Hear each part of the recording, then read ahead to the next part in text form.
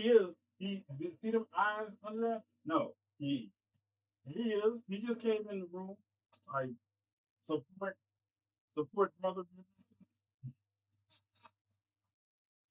Yeah, eyes in my room.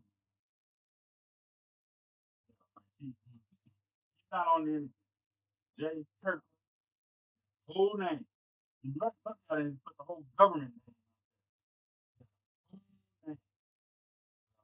I don't know what time. I don't know what time. It's that time. So since my brother doesn't want to music, I gotta play the old film off. Let's get it.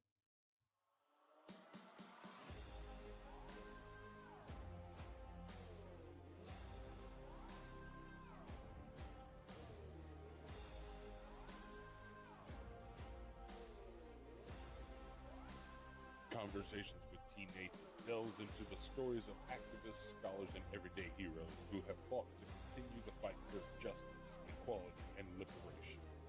Not only will he educate and inform, but also empowers listeners to become active participants in the ongoing fight for justice. Every night at 11 Eastern Oh, on the GC, GCPR network. I'm sending you important stuff. So now, so now, he said I was sending you important stuff because my show is not important. I got you. I understand. I understand. Yeah, y'all heard that. He just said I show isn't important. Yeah. Okay. All right. I feel that. I feel that. I don't know you were. I didn't know you were live. Why do you not know I'm live, Jay? What do I do every night, Monday through Friday, 10 o'clock Central Standard Time, 11 o'clock Eastern Time? I got a goddamn show on the GCPR network that I'm not supposed to be cussing on. I'm cussing. I can't. See, that's what I mean. I know what you do. I know when you be at work. I know when you can be at work.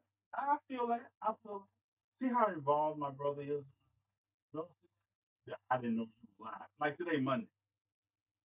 Like you go to jail. No, no, hold on, Olivia. You're getting too familiar with everybody now. That's my brother.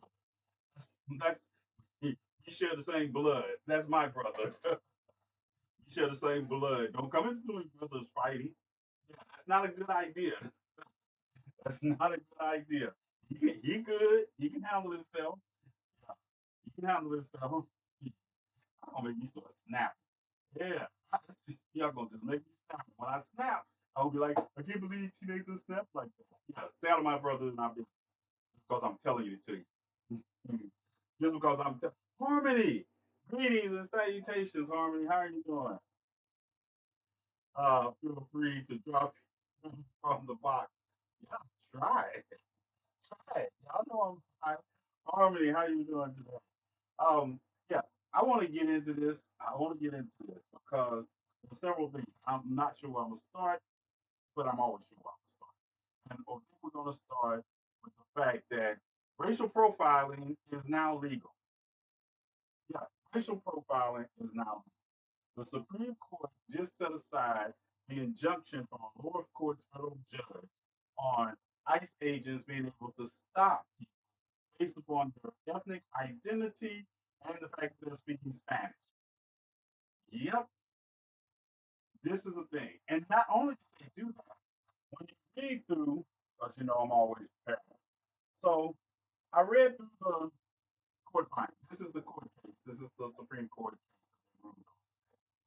And technically, it just lifts the injunction because they said that the person doesn't have standing. They said the court didn't have standing because no one was hurt by it. And here's the double-edged sword of this, right? The double-edged sword is this ruling basically allows ICE agents to stop people under suspicion of being immigrants. What does that look like? From now on, I'm speaking Spanish everywhere I go.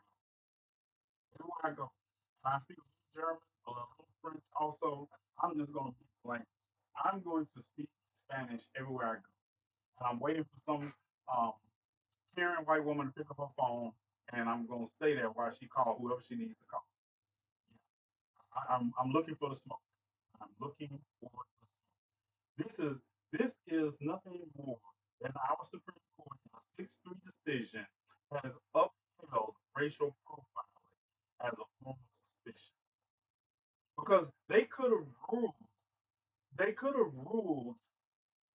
on the merits of the case. But by lifting the stay, they allow ICE agents to continue about their business. Now, I know a lot of people don't understand how I link dots together, but follow me for a moment.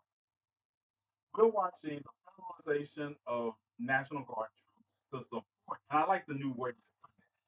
Federal ICE troops, National Guard is only going to be deployed to protect ICE agents. You can't make this up. You can't make this up. They will be deployed to protect ICE agents, right? Yeah, that's going to be interesting. So we're going to watch. We're watching the federalization of the capital of the country, D.C., because federal troops have been extended at least until the end of November, and they'll probably get another one out. The weak ass mayor finally got around to working, and they're trying to sue like California did to get them off the back. But we're also going to run into a Supreme Court that is 6-3, heavily leaning and conservative and supporting expanding the powers of Donald Trump. And I hope this comes back to haunt them. Um, but this is where we're at. So the Supreme Court of the United States has basically said racial profiling is all right. And where does that lead from there? That leads, you all remember stopping Chris and how the Supreme Court in 2015 said it was what? Unconstitutional? This just goes to show you that our country's political whims disproportionately affects marginalized people, disproportionately affects marginalized people. And there's a segue coming. So just wait for it. And remember, this is not the airport. I don't care about your time of departure. I don't care. You say TD is time of departure or touchdown. I won't care. I'm not going to lose any sleep because you say, I'm going to not follow you anymore, TD, because I don't like your stance and how you said that. You get cussed out on your way out if you would like. Just let me know that I will cuss you out. But the segue is, it's, and Kavanaugh wrote the concurring opinion, and of course he's a weak ass piece of shit that also is a sexual assaulter. Um, he is. So why would he side with him? Shocking. What's up, Robert? Shocking, right? But here we go having this segue. And this segue is that now we're going to watch police use this as a way to saying we suspected this person was involved in a crime. So we need to frisk them or we need to ask for ID. And then, of course, there are people saying, well, what's wrong with showing the police your ID? I guess nothing. We should just be able, we should have to show our papers whenever we travel.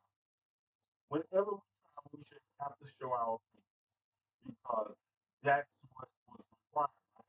That's how it works. All those freedoms of the Constitution, except the freedom to travel unimpeded by police officers, or in this case, ICE agents, because this is going to turn into people being pulled over in their car. You know, like what he has to say, speak up. I'll be very you trying to get people in trouble. Now, I don't mind you not liking what I'm saying. I just say I don't care if you leave because I say it. I don't mind you not liking it because you all haven't liked much of what I said since November 5th. But I digress. Um, but at the end of the day, this is an open. The expansion of the federal powers of the president of the United States. And all these people always talk about the constitutionalists and checks and balance. How is that a check and balance? How is that a check and balance? But I don't want to bother anybody because I know everybody's just standing back and like saying we're sitting this out as this administration enacts policies that disproportionately affect black and brown people, especially black women. Because how is this going to play out? How is this going to play out? Yeah, and a side note for those of you all who are concerned, um, we're going to be, I'm going to be getting Jamie cremated as soon as I get the rest of my. We're going to be getting Jamie cremated. If you would like to help with that cremation, please cash out. Greatly appreciate compensated with a couple $300 short. You all like deeply, and you all, I haven't decided how I'm going to do this. Prophecy, so ceremony for his friends that he had at the camp, and cremation done in the next 2 weeks. All right, just remind you again, like I said, we like to my friend Jamie, who happened to be homeless, who passed away cancer last month in the hospital. And I would have just put it on my credit card, but you couldn't get medical service without my credit card. And I'm not paying hospital. So none of your money will go towards paying the hospital.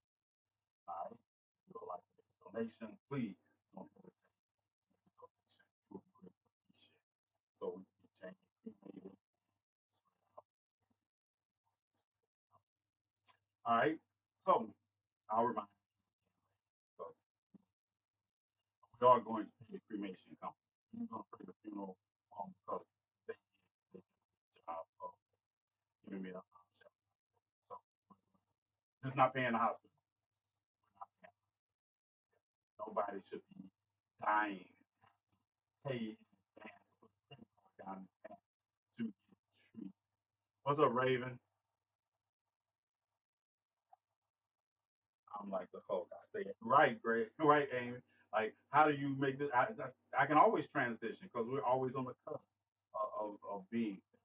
So that's what's going on. Also, tomorrow's school night, so I won't be late. I'll be on time. But all y'all that text me, don't send me long messages.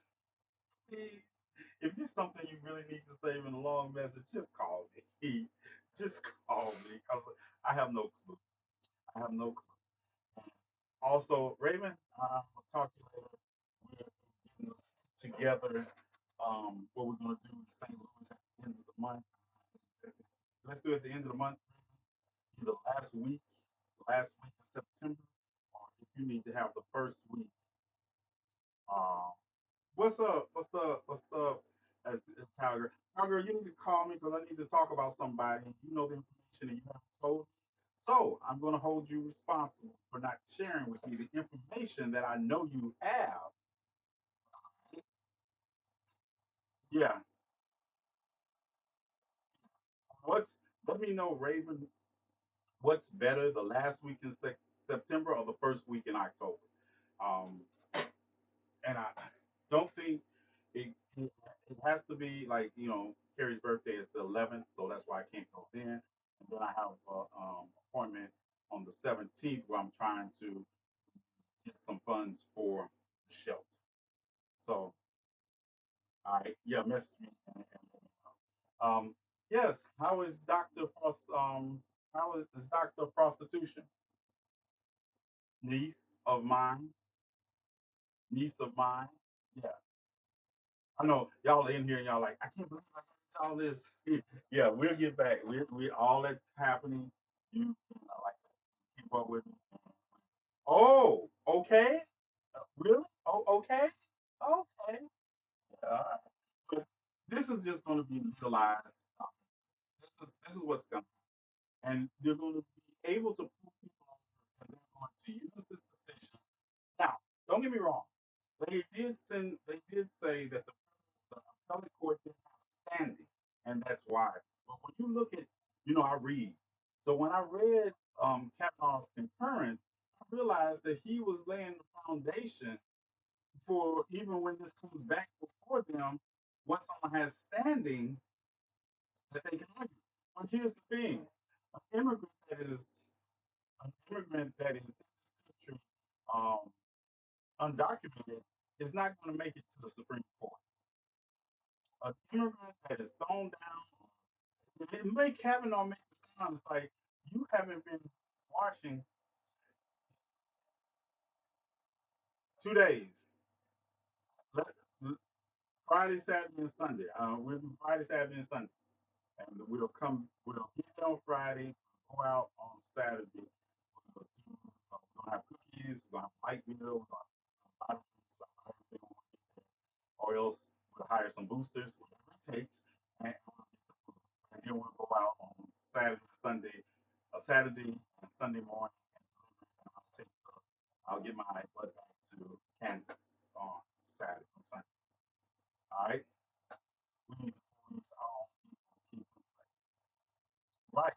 And it's interesting you mentioned green card. I just had a doctor's husband that was picked up and taken into custody. A doctor's husband that had his green card was picked up and taken into custody because they said his green card was fake. So there is that. But yeah, they're going to be able to pull you over. They're going to be able to set up roadblocks. They're going to be, and all the people are going to be mostly. Okay, let's do it. 3rd, 4th, and 5th of October. I'll call Roland. I'll call Roland. Let him know. And we'll, that'll give me more time to raise money for this. All right, 3rd, 4th, and 5th of October, we will be in St. Louis. Right? Right, Harmony. Black and brown people. And this is going to be a whole ass problem. And there are too many people sitting back saying we're not. Like I say, disproportionately affects black and brown people. But I got all these people out here that happen to look like me saying they're sitting out of this. And while this administration rolls roughshod over our communities. And remember, um, there's been a stay on alligator Alcatraz. Yes, that's what I'm calling it. The concentration camp known as alligator Alcatraz. The federal judge had said it needed to be closed. They got another federal appeals court to stay on that, even though it's an environmental issue. So it's heading to the Supreme Court also. The Supreme Court has been leaning heavily in 6-3 votes against the interests of the people. So there is that. The Department of Defense has been transitioned into the Department of War, even though it takes an act of Congress to actually name it that. But we're going to spend millions of dollars of taxpayers' money to go around calling it the Department of War. That is a thing, and that is a thing. So we'll come back. If y'all have any questions on this, I like to say I read the whole thing. Christy Noam, Secretary of the Department of Defense, I've read the whole thing. I've read Sonia Sotomayor's dissent in this. And finally, I guess I could say it was a well-written dissent. And it's interesting, but they didn't give a reason for them ruling this way. They just gave consents and dissents. But they didn't, the court, the majority did not give a reason for this rule. Let that sink in. 1.2 billion, that's what somebody's giving me. I would end homelessness within 2 miles of me. 1.2 billion. So that segue brings me into the discussion I want to have um, about the homeless situation that is unfolding in Washington, D.C. What we're watching, um, and you all know how that is a personal quest of mine to help those who are homeless. DC has destroyed, and you all go on me, y'all go out with me, y'all see the camps. Y'all know how homeless camps look. You've seen, if you follow people, you know how the camps look. You see how the people live. DC has, since August, DC has destroyed 50 plus homeless camps. It's getting into the fall and going into the winter. It's destroyed 50 plus homeless camps around DC, forcing those who have to be homeless to fend for themselves anywhere they can. Now, Donald Trump stated that he was going to use federal funds to open up bed space and provide options for those who have to be homeless. And of course, that has always seen is the destruction of camps and no extra beds being offered. What is happening, and I see it a lot in this area ever since the Supreme Court criminalized homelessness by allowing cities to push them out of public spaces so they can't sleep there, they can't stay there, push them out of public spaces, and they going further and further into wooded areas. In this case, I can see what happens is they probably will go into Virginia overnight and then come back into DC looking for resources. Don't make me see, Granny. I'm starting on Chicago, but I'm starting on the black folks in Chicago for the hypocrisy and what they're doing to the homeless and the immigrant population in Chicago. And and I spoke about this last week, how these black people that are sitting back and doing nothing, talking about it's a good thing that this administration is moving, deporting immigrants because, that'd be more, it'd be good for black people. That was a whole ass panel discussion with some ignorant ass people on the panel discussion talking about how this would be good for black people, that deportations were taking place in this country. Well, now we have a have over 250 people actively deported from this country, with another 200,000 in detention facilities or fear for their lives, and millions more that are hiding out and not going to work because they're scared. So, plenty of job openings, right, for black people. Well, black unemployment for the month of August went up to 7.5%, the highest it has been since COVID. So if all these black jobs are opening up now that immigrants are being moved out, why the unemployment rate for black people went up 7.5, went up 0.25% because the month of July it was 7.2%. Yeah, we're on an upward trajectory ever since this president has taken office. The black unemployment rate in this country has gone up every month. Let me say that again. Since this president took office, the unemployment rate for black people has gone up every month. Now it is at a high of 7.5% that hasn't been seen since COVID. And it's going to get higher. It's going to be higher. Because I'm tired of telling people that these specific policies are disproportionate affecting black and poor white people or lower middle class people are also affected, and that's why you see a lot of people protest um, because they are actually being affected by things we have always been affected by. And I tell you, I still don't, I still won't follow white rules. You all follow me, but I'm not following you all because my patience is gone the way of James Baldwin. My patience been left because I've been noticed how white liberals will get in a position where they're safe and they'll tell us to be patient. Well, I'm not.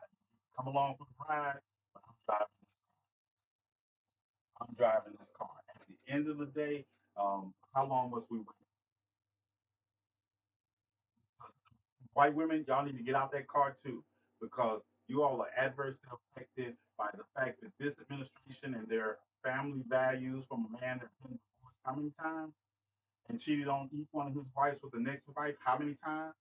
Yeah, and looks at his daughter in such a way. But this is you all the party of family values. I got it. Those kind of family values I don't want. But you all are allowing, and I'm hoping I make you mad. I'm hoping I make you mad enough to stand up because and if this shoe doesn't fit, don't put it on. A lot of you all be at the airport already trying to leave, and I wasn't even selling no tickets. If the shoe does not fit, don't put it on. But you all have to realize that if you are not everything we're fighting for, we have the same enemy. It evolves from the same place. The patriarchal society we live in is not only patriarchal, it's racist and bigoted. And the same people that are taking your reproduction rights are the same place that are trying to disenfranchise people that are black and brown across the country. And I know you all won't get some of y'all won't get to say, well, they're doing that. Listen, gerrymandering was wrong when they did it in the 70s, the 60s, the 80s to predominantly black communities. It was wrong when they did it in Louisiana, Alabama. It's wrong when they do it in Texas. And trust me, it's going to be wrong when they do it in California and in any other state that they do it. At the bottom line is, gerrymandering is wrong. So you all need to pick a struggle. And I'm not saying there's a way to win that nobody wants to talk about. There's a way. As a matter of fact, I think I told you, I said I would have let Texas do what it did. And then once they got their lines drawn, all it took was a million people to upset Texas map. And all you had to do was move for a couple of months into an election. All you had to do was get a concentration of black and brown people and move into these newly gerrymandered areas and vote for. Canada be choice. Fuck it up. But nobody thinks that big. They think drawing some lines that have their roots in racism is the thing to do. Yeah, you understand? I think I told you all. I'm tired, T. What can I do? We'll talk about this. Give me a moment. Do you all remember I told you that Missouri is 55% Democrat? But if you looked at the voting records based on their gerrymandering, you would never know that. Mississippi has the largest contingency, largest percentage of black voters of any state in this country, and they have not managed to elect a Democrat or a black person to public office on a statewide level in that state since Reconstruction because of gerrymandering. Because of gerrymandering. Now, Texas has more Democrats. Harmony. I was getting to that. Texas has been gerrymandered. Listen, I get it. They're not following their own laws, and it's yeah, if that's what you do. But then I just need you all to acknowledge that when we were saying gerrymandering was wrong, it was wrong. Now that it's affecting middle class and poor white people, all of a sudden we must fight fire with fire.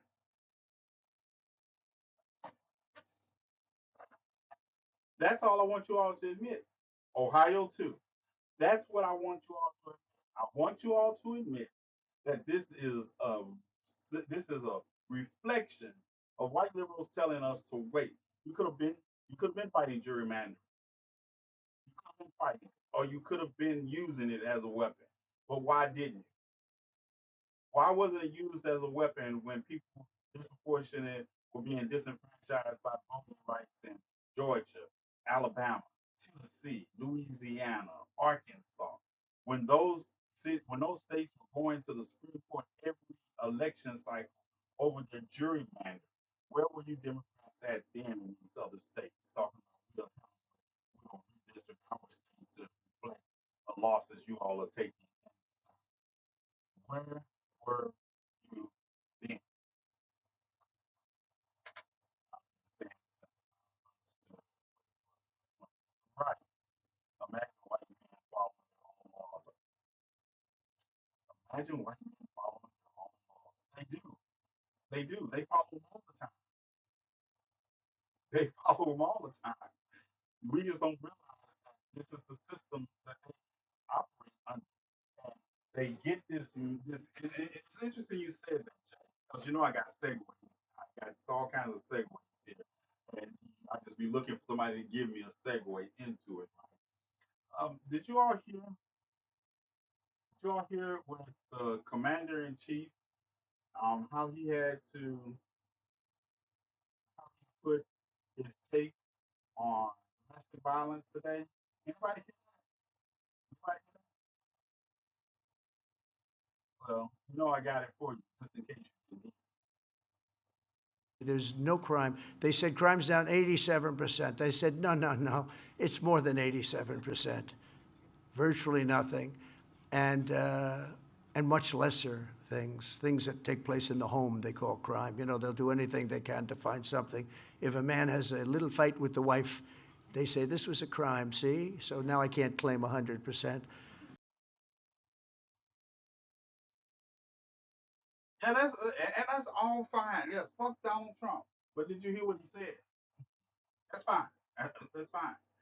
Did you hear what he said? Y'all didn't hear it. Let's listen to it again.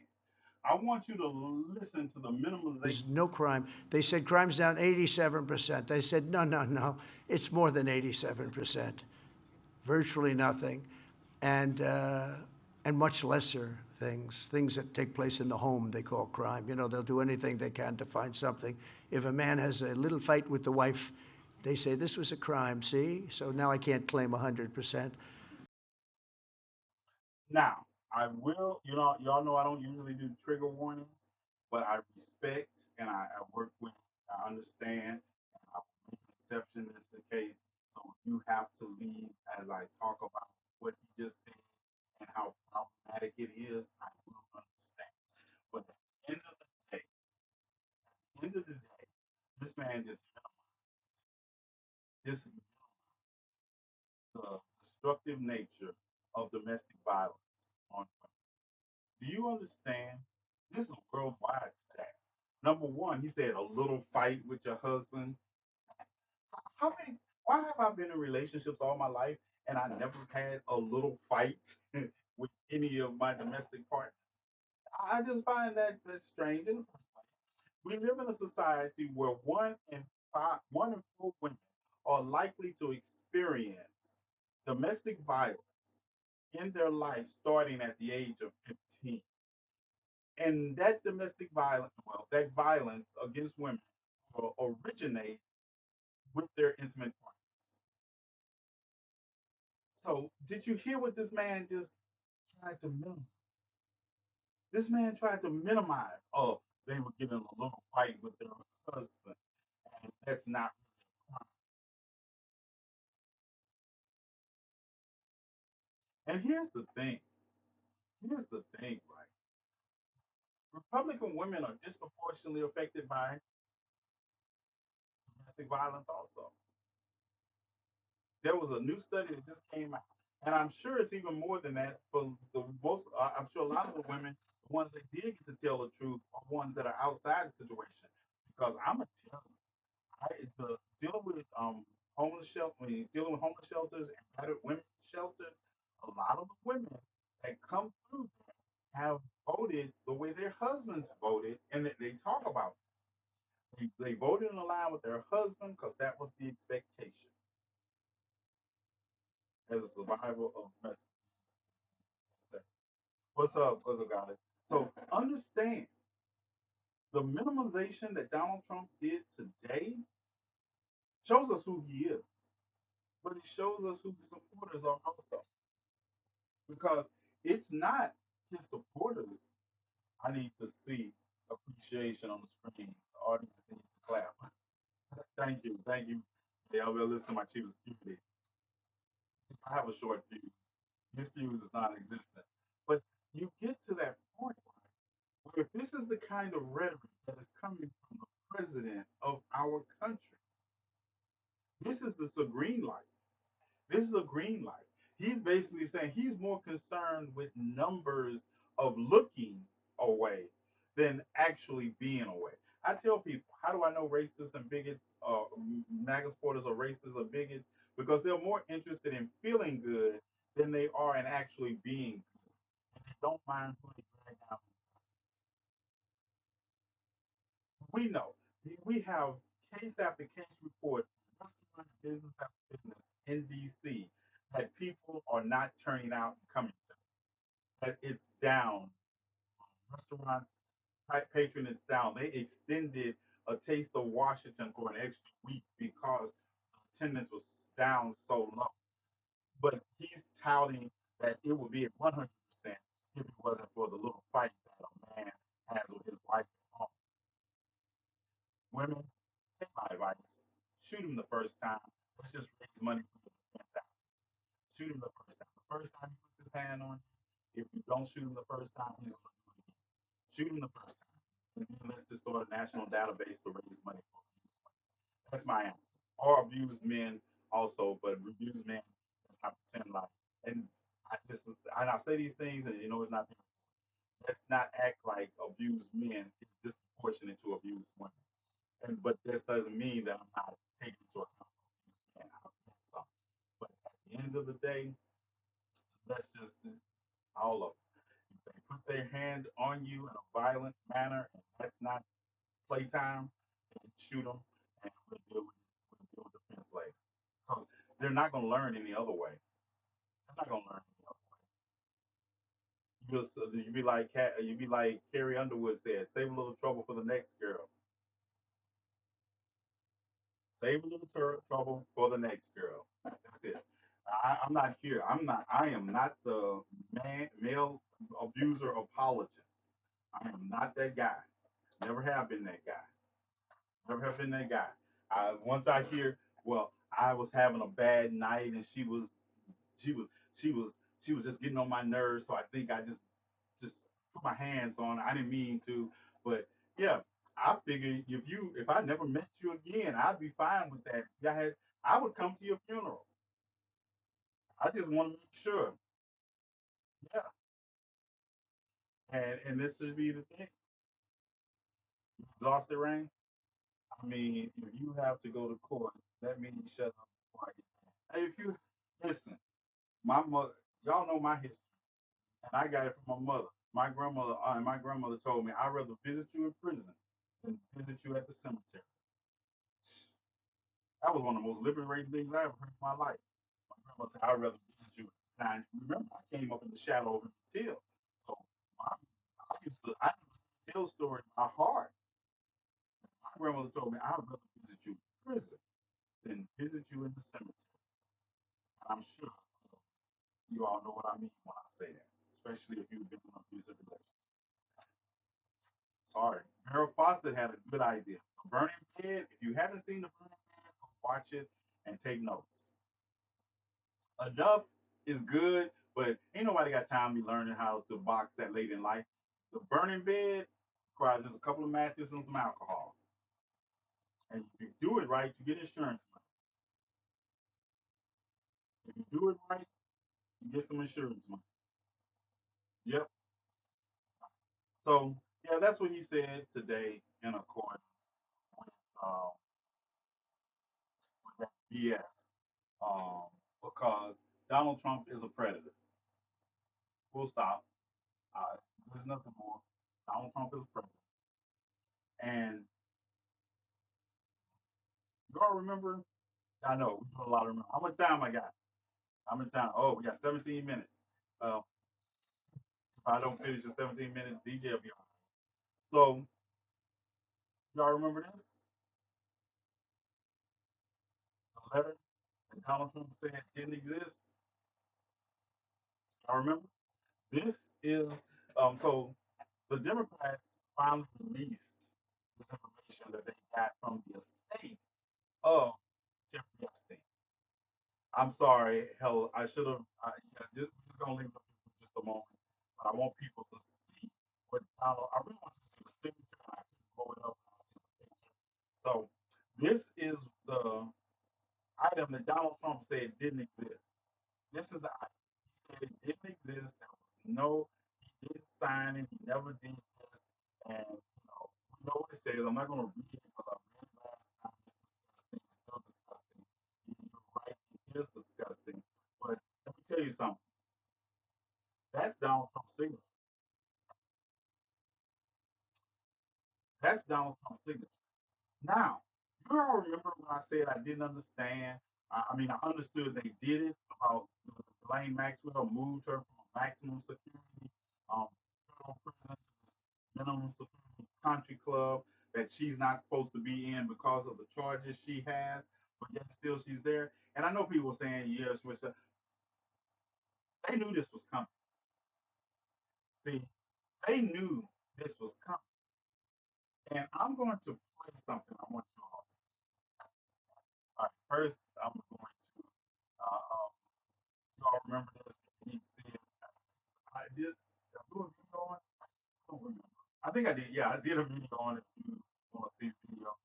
But I have something I want to play for you all. Now, you all remember I told you I listened to, and I had to go back and find it, but I figured out why. I have, I understand why Ghislaine Maxwell, what did she say to get moved to this prison, this minimum security prison where they actually train puppies at and allow. What did she? I've never been to a federal facility of that magnitude processing through because I didn't even know they wouldn't let me stay there. There's no fence. I'm like Kunta Kinte. I am like I'm like Kunta Kinte. No fence. I'm leaving. I was leaving. Call me what you want to, but you have to put somewhere with a fence and barbed wire if you want to keep me in. And then you better let me get in there and wire. I couldn't. I was not the one. I was like, but anyway, we'll come back to that. I want you to listen to this. This is Ghislaine Maxwell talking to Todd Blanche, the Assistant Deputy Director of the Department of Justice, an Assistant Attorney General. Don't know, but this is what she had to say. Let me know if y'all can. Do you remember one way or the other whether President Trump submitted a letter for his 50th birthday? I do not remember. And the article that references the letter talks about like either a picture of a naked woman or something like that. Do you have any recollection of that? I do not. But no, I don't. Do you remember asking President Trump to submit a letter for that? I do not. So y'all heard that, right? That is from the tapes that the Justice Department released on Todd Blanche's interview with Ghislaine Maxwell. This was after this interview took place after Donald Trump sued the the Wall Street Journal for printing that they had seen it. Now we hadn't seen the actual piece because the estate of Jeffrey Epstein is the one who had this in their possession, this book for his 50th anniversary. Sorry, his 50th birthday. Donald Trump was close friends at that point. His 50th birthday celebration, and Elaine Maxwell was responsible for putting this book together. Now, here's the first thing: Donald Trump and Jeffrey Epstein were good friends. Can't deny it. It's all over the place, all over the time. How is it that you, as Jeffrey Epstein's partner in crime, because you helped him lure young women in, his personal assistant and his lover, and the coordinator of his 50th birthday, not remember asking his best friend, Donald Trump, to submit a picture or writing or anything for his 50th memorial birthday celebration? Anybody want that one? I'm just gonna throw that one out there. Anybody want that one? Monday stopped the original case in Florida. Yes, the investigation. Doodle, he said he never. Right, he said he never doodled. We got pictures of him doodling for charity events. Yeah, all that. We knew he was lying when he said it. We knew he was lying when he said it. But I'm waiting for the spin. And the spin is going to come based on what Ghislaine Maxwell said. Now, let me tell you something. The lawsuit is dead in the water. He might talk about it, but it's dead in the water. Because I went and I made sure I read the Wall Street Journal's article, and how they worded it. This just that's what they were basing it on. And then I went and looked at some of Donald Trump's signatures from the 80s and 90s, right? The first part of his name, he's always signed that. That's what you look on that big scribble that he be doing on these executive orders. But you go back and look at older stuff, that's his signature. And I don't want to put the picture up because I don't want to traumatize anybody. But that's his picture. That's his signature. So this is what. Oh, don't worry about it. The Democrats are gonna totally fuck it up. Listen, have no fear. The Democrats are totally gonna fuck this up. The best thing they did was release the letter. It's up to people like us to spread it. But let's be realistic. We're also preaching to the choir. This does not move the needle one way. But this is my thing. Independents are growing. Independents are becoming a larger force in this country's politics than Republicans or Democrats alone. And we need to make sure that I'm independent. I'm not you. I'm not a Democrat. I just watch them go. I just admit that Republicans are better at political games than you're still on the radio. Yes, did I cuss? Did I cuss a lot? Who thought he would be president? And this was about 20 years ago. That's his signature. Right. Let me tell you, Tier, however you pronounce it. You, this is what the idea that they want you to go through, right? They want you to go through this idea that somehow that, and listen, let's be realistic. The only problem here is if he would have told the truth, it wouldn't have gone anywhere. It's not going to go anywhere with Democrats, but it causes suspicion because you lied about it. You lied about something that's so easily because Donald Trump's first inclination is to lie. His first inclination is to lie because he understands how it looks. And we need to get started. They are harming, they're a problem, and that's why I be out in the community talking to them. And that's another thing. You understand? Well, all these people talking about they're sitting out isn't going to do shit. People have questions out there, and they need reputable sources to bring them out. And they'll tell you, I'm going to learn the midterms is going to slip through fingers because they're just relying on their base. A lot of people will sit at home because they don't see what you're doing. I was in Byron Taylor. I hope he's not in here, but Bernard Taylor is running for Florida, this 21 district, um, not United States Congress, Congress, and Florida's 21st district. Right? And I was on with him earlier today, and I'm gonna invite him to the show so y'all can meet him. In case you don't know, he's the black fireman that's on this app. He lives in Florida. He has his political page is Brian is Bernard Taylor, and he has for Congress, and then he has his other page Bernard Taylor. He's fine on here, and he's a nice guy, and that's gonna be a problem. That's gonna be a problem. We're gonna bring him on. I'm gonna build him up. I'm going to beat him up, but I'm build him up too because understand the era of noble ideas in politics is no longer around. Right, Cam, good up. Yeah. The era of noble ideas in politics is no longer around. You need to build coalitions, and those coalitions need to be strong. And you need to stop. And as much as Donald Trump is a problem, Donald Trump, and I explained it like this Donald Trump is not running for president in the next cycle.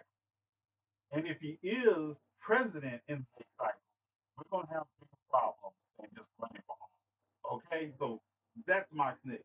But you also have to stop running on these ambiguous ways of how you're going to stop Trump from doing what he's doing and on ways to speak to what people need to know what are you going to do. I don't need to know what you're going to do in relationship to that because I'm assuming that that's a foregone conclusion. But running off the fact that any functional adult is not a winning strategy. You're going to have to do what I told you all that you did last when all y'all got mad at me, when y'all got mad at me about what was wrong with the Democratic campaign, and I told you what? I told you they're not going to the people, just sticking with a certain demographic that they believe turns out, and they're not answering the questions of the people who are saying, "Hey, I can afford medication." You're talking, but you need to be talking to the people. You need to your surrogates. It's fine. I enjoy Megan Thee Stallion and twerking on stage just as well as anybody else do. Right? At the end of the day, I don't need you on the stage. I need you in the community. I need your surrogates out in the community, and I need you to spend money in the community with those surrogates. Elon Musk was out here offering, giving people $1 million. And I expect that. But you can take that money that you were raising and support surrogates that know how to talk to their community and talk to them. Can you imagine what you all could have done if somebody would have said, "Hey, TNathan, here's $50,000 for you and your community. Do what you have to get the message." I was doing it anyway. $50,000 would have had. I could have got some flyers. I could have had some meetings. I could have had town hall meetings and answered questions and be honest because I would have told them. I said, especially black people, all of a sudden y'all don't want to vote for the lesser of two evils. Black people have been voting for the lesser of two evils ever since 1964. And this lesser of two evils happens to be a black woman. So guess what? What you waiting on? What you waiting on? Yes, it's the lesser of two evils. At the end of the day, one of the evils is trying to kill us. The other one is just short sight. Short because you all know I didn't believe 25 billion new homes were going to be built in this country in 4 years. Right? Y'all get that. Y'all get that. maybe maybe I should have spoke out, but I didn't want to confuse anybody because people were not understanding that even in the face of that, you still need to vote for the black woman.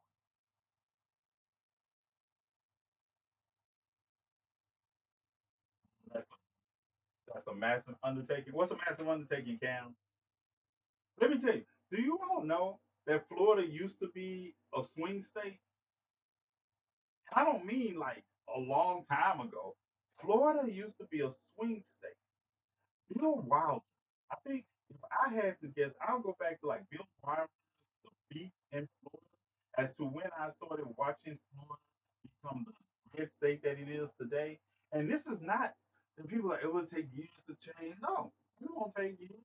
It only takes the people. I remember as a kid watching Obama. Yeah, Bush versus Gore. Right before that, I think Bush would because for me, if you're a Trump supporter, you can't get in. You can never never get in it. I mean, get any. Nope. I don't want to have no intimate conversations. So yeah, it affects. Yeah, I don't want to have conversations with people who believe we should be debating human rights. Yeah, I don't have no friends that believe debating over human rights is a thing. I don't have none of those. I don't have any of those friends. I'm not even talking to you if you voted. But yes, the taxes on those houses and lack of health care will really change in Florida. Let me tell you, Florida is about to put the bill to the tune of $238, regardless of what happens in Alabama. They're going to put that bill, and that's not enough.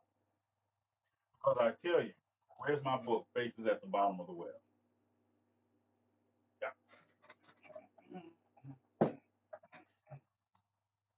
I remember this.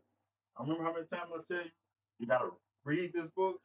Faces at the bottom of the well. Poor white people will pay increases in taxes as long as they have some black or brown face to look down on at the bottom of the well. Sorry. Don't be mad at me. Listen, I didn't make these rules. I just know the game. I didn't make the rules. I just know the game. Derek Bell faces at the bottom of the well. Because that is the explanation for racism, bigotry, and watching people that don't have two nickels to rub together to make a dime, why they vote the way they do, why the support system, why they identify more with a billionaire than they identify with someone in their own social class.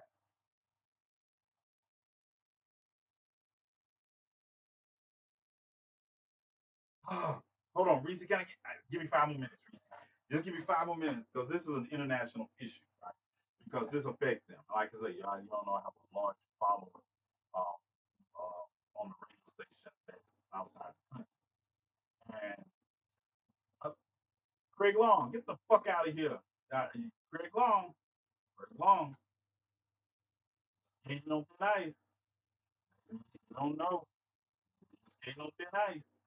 Like, I'm just letting you know, you're in the wrong place to expound that. I don't mind you had some point to prove, but this is a TNathan zone, and you will act accordingly. Um, just letting you know, Craig. I'm not scared of you or your rhetoric, but you will not come in here and do that. You will sharp looking for big answer. I know, Craig. You say that like I don't know. Listen, listen. Let me tell y'all something. I work out for a reason. I work out for a reason. Yeah. And Craig, just don't worry about it. Uh, I, I I can't say that on here because I don't want anybody to report me to ICE. But yeah, I really don't know who you are. What's up, Sean? Yeah, Craig knows who I am. Him and y'all remember Topher, Topher Town Music? Yeah, they know who I am. Topher Town Music, Mississippi scared of me. Topher Town Music was in Tulsa. He was in Tulsa and at a Trump rally. He found out I was there, he wouldn't even come outside. He wouldn't even leave the inside of the house. Yeah, I ain't got time to play with y'all. I know, right? I know you, Craig, and I know, and you know me. Realize I allow you to stick around because we want to go. We need one pet. Yeah, but trust me, I'm not gonna come in between you and um, these piranha healers that I call that are my narrators, that are my moderators. And Craig, focus on me. Focus on me, Craig. Don't get into it with my moderators. Focus here. Not maybe you can't wake up and stop snorting. Hey, listen, listen. Let me tell you something, right? Like I was just saying, when I outlined what he said, and this is it, when I outlined what I said about this administration's policies and how they disproportionately affect black people and brown people, when the Supreme Court decision came down today, it basically said racial profiling is okay. When we talk about what he said when it came to domestic violence, this is the man they support. So they're telling you who they are. They're telling you who they are. And don't give me this idea that I can support. I'm a conservative because I'm a physical conservative. Donald Trump is not a physical conservative. Who told you all that? Who told you all that? Do you understand how much money this man is going to spend to call the Department of Defense, the Department of War, just this term he's in there? Do you understand that it's $10 million in extra secret service every time this man goes somewhere and plays golf? You do understand that.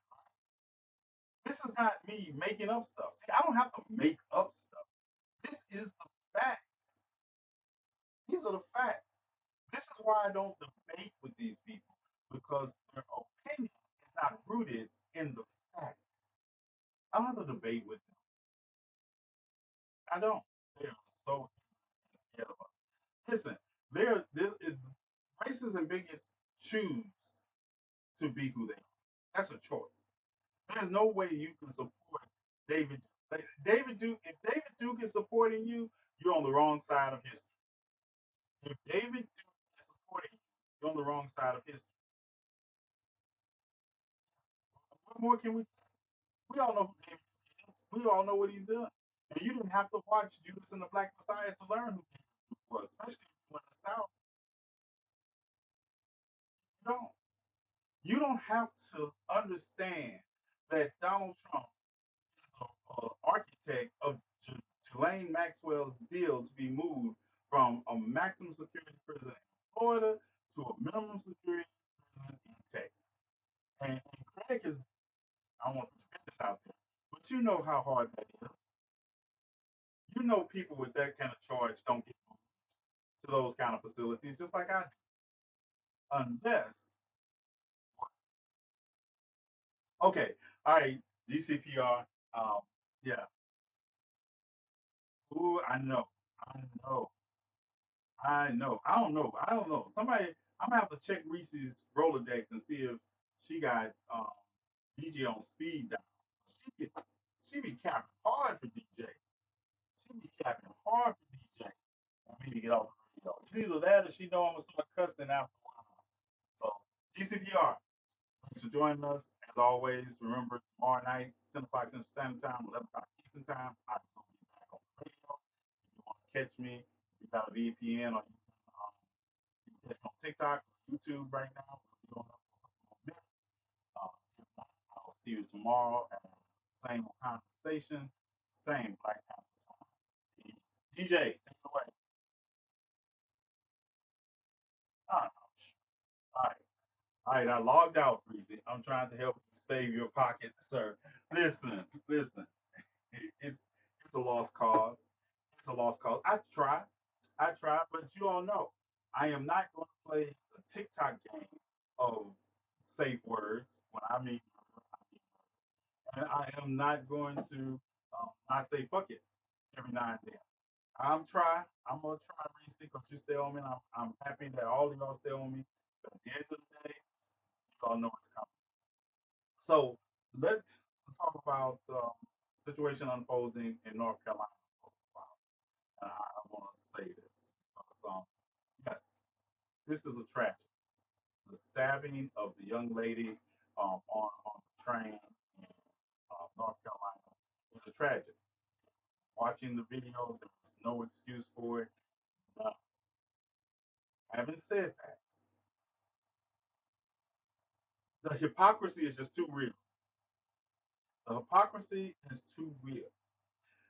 We don't want to get in. It amazes me because I guess because I have that memory that I remember white men on subways in San Francisco stabbing brown girls. I remember. I remember New York subway where we literally choked out a man with mental health issues. Remember all that. Do I think this man should have been on the streets? He served his time and he was suffering from a mental health issue. That is a given. And I'm not saying that, but the hypocrisy of listening to people talk about that he contacted the police and told them he heard voices talking in his head. We have mass shooters that have done the same thing. Didn't lock them up. Oregon, Washington, all that, all of that, all of that. People are murdered in this country by violent acts every day. Every day. Black women go missing at an alarming rate in this country. Indigenous women go missing at an alarming rate in this country. Alarming rates. Disproportionate. Trans women go missing and are murdered in this country at an alarming rate, a disproportionate rate to all the rest of them for the small population size. If this woman wasn't white and blonde, and I'm not even dismissing it would still be horrible.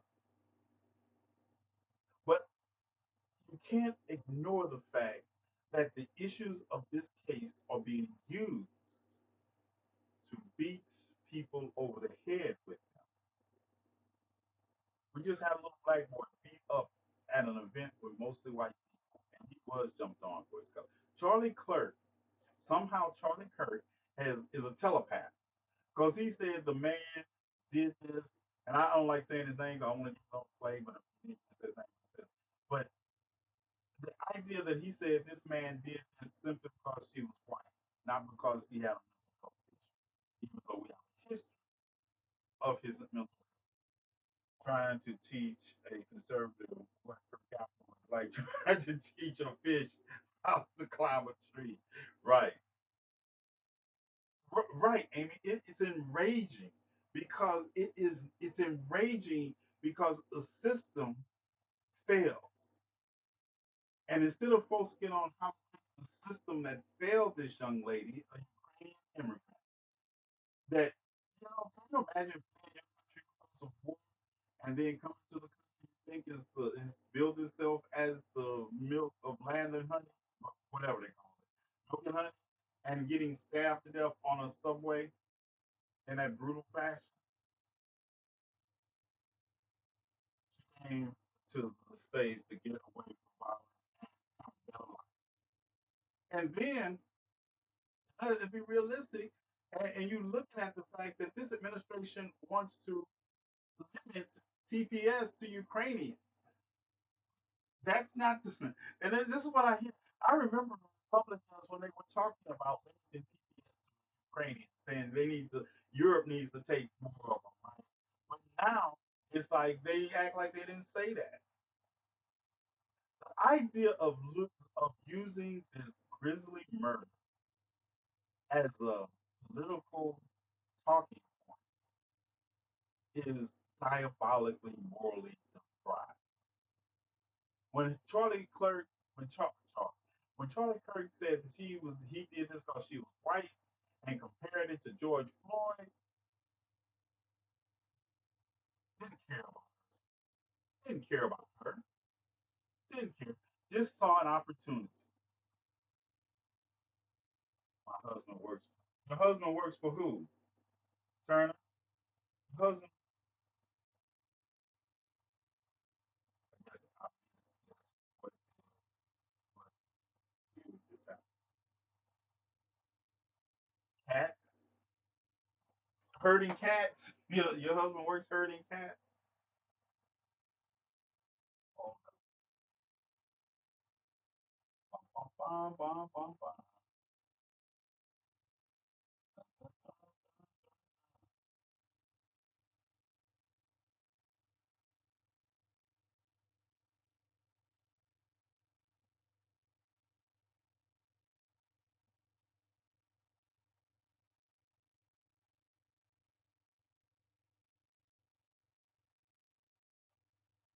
I'm not going to show the video. I'm not going to show the video, but I'm just going to show you. Well, I don't want to show the whole video. I have the whole video. I'm not going to show the whole video. I'm going to turn now to the political firestorm growing in North Carolina after a horrific murder on a train. Over the weekend, the local Metro Authority released surveillance video showing the murder of Ukrainian refugee Irina Irutska. Police say she was riding on a train in Charlotte last month when the suspect, DeCarlos Brown Jr., pulled out a pocket knife and killed the 23-year-old. Brown is now facing first. I'm I'm going to try. Hold on for a moment. Um, all right. I am not going. We're going to stop the video before it actually. They're going to stop the video, so I'll show this version. I'll show this version for those of y'all who don't know what's going on. Turn now to the political firestorm growing in North Carolina after a horrific murder on a train. Over the weekend, the local Metro Authority released surveillance video showing the murder of Ukrainian refugee Irina Irutska. Police say she was riding on a train in Charlotte last month when the suspect, DeCarlos Brown Jr., pulled out a pocket. All right. That's all. Needless to say, we're not going to watch the rest of the video. But yeah, that's what happened. He winds up. And this is how sick. This is how sick he was. Yes, he's had multiple run-ins with the law. He's had multiple mental health issues with the law. Also, I'm taking no excuses for the piece of shit. I personally wouldn't care if he died right now. Wouldn't care. Would not care. But as long as we don't address this systemic problem, this is not going away. This is not going away. I don't care. If you follow me, that's why I tell you this is not the government. Because if you follow me, you know how I feel when we talk about things like, yeah, most of the people I know that experience mental health issues are victims of crime, not perpetrators of crime. They are the victims disproportionately of crime. Most of the homeless people I know are the victims of crime. Statistically, not, you can talk about it any way you want to. They are not the perpetrators of crime. So this is an anomaly and it needs to be treated as such. But as long as we don't develop a system that somehow can address these people's needs and issues to be removed from society and in a humane way, you're going to get this inhumane. And it does. It starts young. But at the end of the day, I'm also not the person that's going to say, hey, doctor tells me I got cancer in my toe. I'm not going to let it keep spreading before I decide to do something about it. The toe got to go. This is one of the cases. I say it's not there. I just believe that at this stage in the game, there is no redemption. There is no redemption. So unless we start addressing the system that creates this, then we're not, all the talk we do after the fact is just a bunch of words. understand that this administration was having conversations of how to keep trans people from having guns because two trans people have been the perpetrators of mass violence in this country. And they can have that conversation, but they can't have conversations around how do we address mental health issues in this country that affect us on a daily basis in the acts of violence that we watch. No one's talking about taking away mediocre white men's gun. White men are responsible for almost 60% of all mass shootings in this country. You have, did you hear a Florida PCF coming for autistic kids? Yes, but see, that's a fallout of having Robert F. Kennedy Jr. as the Department of Health and Human Services director. Also, all that's connected because the answer is socialization medicine. Yep.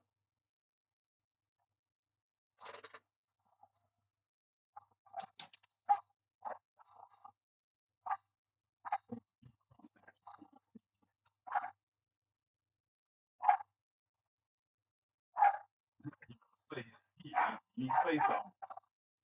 What's wrong, Pinky? Big Plum statue home? Uh, Wrong Plum statue is full up. Right. They will only use this to try and say black people are violent for no reason. I hate this out. Yes. And they will say it like we're not sitting here saying that as a matter of fact, people will think that I don't believe in the death penalty. That I don't believe in the death penalty because I am progressive. I'm not a liberal. I'm progressively independent, right? And I don't think people listen to me. I say I don't believe that this country should administer the death penalty because this country has systemically showed us that they can't be trusted to not make racial decisions on the death penalty. That was my statement. That was my statement. But if that girl's family, this is a case that could be say I could save the taxpayers millions of dollars. I got video. I got video. There is no need for a trial. Millions of dollars, and I'm not talking about letting somebody hang out for 12 years, 13 years, 20 years on death row. I think that's it. Oh, my attorney is in here. Ooh, yeah, I'm skirting the line right now, attorney. Because at the end of the day, I can't understand why people assume that because you're progressively independent or that you don't support the elimination of monsters from our society. I don't understand. I don't understand that. You got people on here talking about, well, y'all support crime. I didn't support crime when I was a criminal. I knew I was wrong. I wouldn't have no moral. I didn't have a moral ambiguity about me being wrong when I was a criminal. I don't. I have moral ambiguity when it comes to certain crimes. But you don't have. I knew the law. I knew it, and I paid my price to society, brother. Whatever I thought about it, I paid that price. And I think that somebody who does something like this has a harsher price to pay. I come from a way of thinking and a culture that if you go back to West Africa prior to colonization, they didn't have prisons. They didn't have because number one, it was a communal situation in these tribes in these areas. So if you did something that was so bad, there were only two things the community do. If it was number one, you'd have to steal because it was communal free food. You, you, if the community had food, you had food. You didn't have to steal. You didn't have to clothes. You needed clothes. Well, most property crimes are about survival, not greed, unless you're white and mediocre and you work at Enron. Just saying. Just but there was only two forms of punishment: death and excommunication from the community. And you were marked to let other communities know you were a fuck up piece of shit and they shouldn't even welcome you in.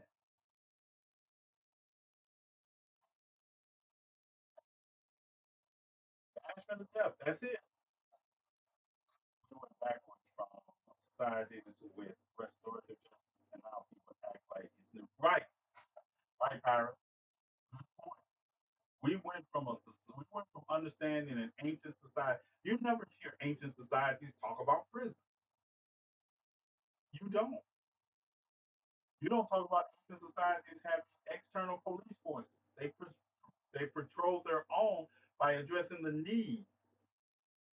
They address the needs of people in the community. That was their job. They expect no, you say murder in here to happen when this country was stolen with murder and built. Yes, and I'm telling you, if you know me, you all know I believe in addressing violence with violence. And that's the only language they understand because these noble ways are getting us killed massively. I believe, I believe ending racism starts with ending racist. Ending racist starts with ending racist. Yeah, I said it. Also, side note, like I said, it's 57 of you all in here. I know some of you all have some extra money you all can put towards what we're doing, and also to help me cremate a friend with a couple $100 short, well, actually 300 sometimes short. This Cash App help us. A friend of ours that was homeless, for those who don't know, um, that we assisted with hospital care during the end of their life. If you all would like to help us cremate him, please donate. And he has no family. His family was the homeless community, and that's what we'll be doing. So any help, dollar, five, 10, 20, 300 would greatly be appreciated because is that Crumb Snatcher home? Crumb Snatcher? Yep, that better be Crumb Snatcher because I am about. Yeah, that's see he told a hair joke the other day, right? Because he has a full head of hair, and he thought I didn't catch that, right? I told him, told him. However, I'm very sorry this happened. It's so sad to think he was just home. Right. No, no forms there. There's no way I'm gonna cut this and make it anything but a tragedy.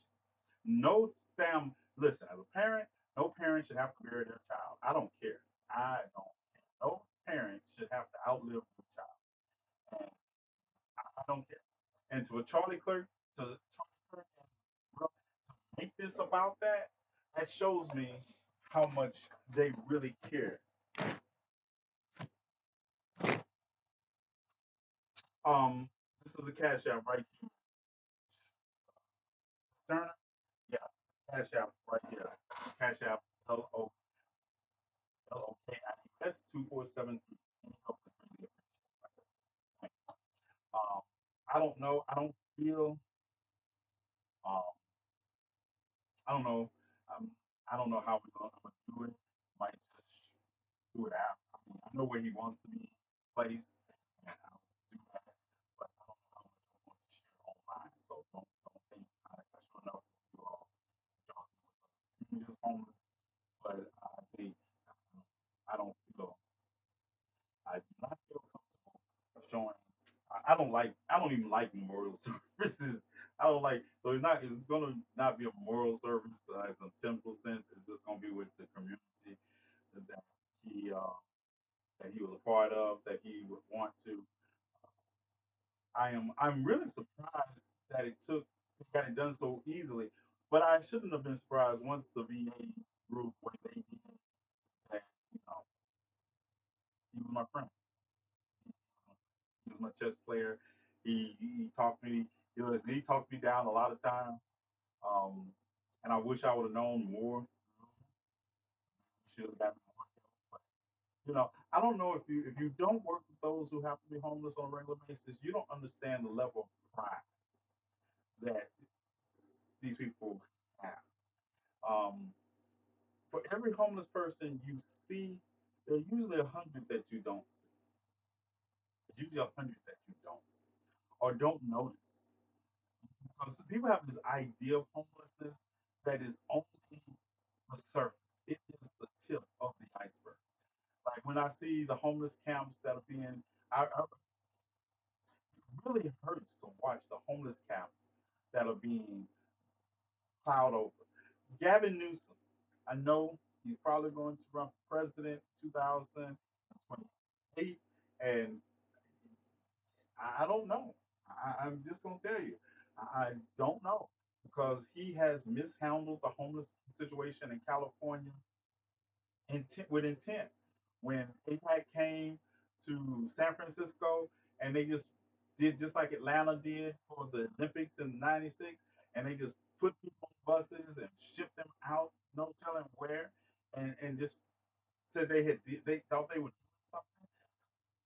Nobody in this country in a position of power is seriously trying to address the issue of homelessness in this country. No one. I mean, and the people like me and the people that are on the street, and we're looking at these budgets that people are spending, talking about we're trying to do something with the homeless situation.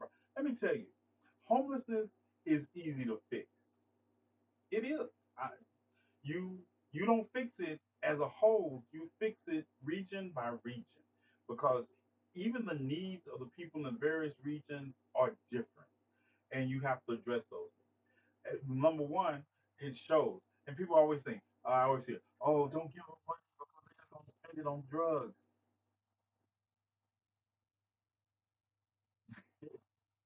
right? They don't give them money, they're going to spend it on drugs. Like, really? That's what y'all think? I had somebody tell me because I used to, when I do homeless bags, we would put some money in there just in case. Because I used to put gift cards in there until I had to go and cuss the manager of Walmart out for not letting them in because they steal. They got gift cards. They're just trying to use gift cards to get some of the stuff they need. So I didn't for it. We put cash in there, right? So they will have the cash. But the idea that this is what we're at in this country is the way we treat homelessness and immigrants in this country is diabolical. Don't be a fan of buts about it. Like, who cares what they spend it on? People just don't listen, and that's why I tell them. And because they've got, oh, you bought him a pack of cigarettes. You need to buy. Listen, where is the idea that because somebody is homeless that they don't deserve luxury? It just kills me. It's like, well, you need to get them healthy eating choice. You don't eat healthy. You don't eat healthy. Why are you telling that we need to be out here making rice cake pate or something? You don't eat healthy. Yes, I have bought McDonald's. I have bought pizza. I have bought donuts. I love donuts. I bought them Krispy Kreme. We had Krispy Kreme and coffee and played chess. Because at the end of the day, somehow you all want to help those who have to be homeless by stripping them of their very humanity for your $20. We don't do that here. We don't do that here. My thing is, I can't call myself a revolutionary if I'm not willing to help the most disenfranchised in our society eat. And if you follow me, we've been on this journey for years. This is not something I just woke up and say I'm going to sell a bus. I'm sorry. I'm going to sell the idea of a bus, and somebody's going to donate $396,000 to it. I don't have to do that because I was a part of the Gulf Coast Community Health Board, and I got our medical van to go into the community on a regular basis and test people for high blood pressure, sugar. I didn't have to come on here and say, hey, I'm raising $396,000 for a bus because there are resources that we can make that happen. But feeding people on a daily basis, providing services like books for students who are scared to go to school because their parents are undocumented. And we live in a country where this government has no problem with ripping children away from parents or parents away from children. Like I told you, the raid on the Nissan, on the Hyundai plant in Georgia reminded me of the raid on the Tyson chicken plants in Mississippi in 2018, where they took whole families, adults and families, and kids came home from school and there are no adults there. Days, the government act like they forgot these people had kids. They did that in Kentucky too. Yeah, and then they come back and like, oh, you mean oh? How do you oh? You planned out this raid for months and you didn't think about these people had kids at home or grandmothers who didn't speak English well enough to navigate the system because they depended on their children. And yeah, we've been doing this. It's called Google. You can Google it. That's why I tell people my name. You can go Google it for yourself. You can go Google all this for yourself. You ain't got to depend on me to tell the story. I live my life loud enough for them to tell the story. I'm about to do this whole live. Y'all get money. Don't worry about it. We will find a way to make everything happen. I've been doing this for years. I appreciate it. But at the end of the day, I, I, I look at the fact that Lieutenant Dan, Joseph Malowski, I remember him. I remember Lieutenant Dan, racist. On his live, he said the N word. A man who tied, took his bus, he took his boat around the tip of Florida in the middle of when a hurricane was heading that way and went to Tampa. And they paid him more attention than Tampa. Tampa Bay has one of the highest densities of homeless populations of a large city in this country. And the mayor made an effort, made a special point to call out Lieutenant Dan because he was internet say famous and talk send resources to try to get him and his boat out of the storm, the coming storm. But they didn't take any mention of the homeless population that needed shelter, needed someone to come out there and help them get the shelter. But police went and got Lieutenant Dan off his boat. One of the as I said it, I don't care if I yeah, racist. Listen, when you show me you're a racist or bigot, you can only put on one shoe, but if you can put on both of them, I'll put them both on.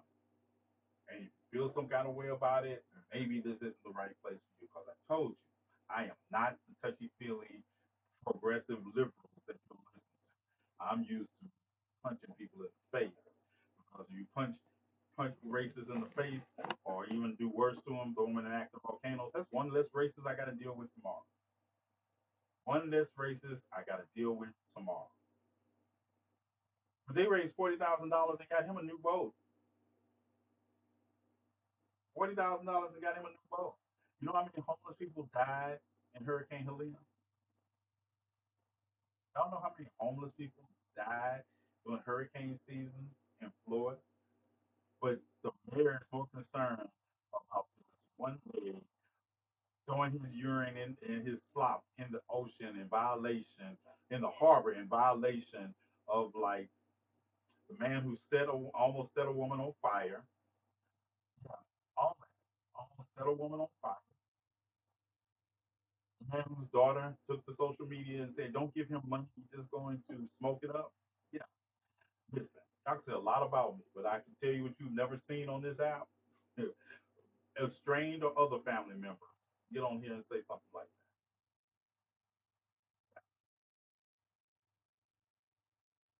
Right, Mr. Jones. And at the end, and they will support people who are exploiting the community. You have people out here defending Jones right now. I know you're not Jones, but just you're just gonna catch you just caught it straight.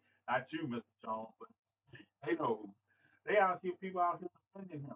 This man that uh, that kicked a woman and her child out of his house after he made improper advances.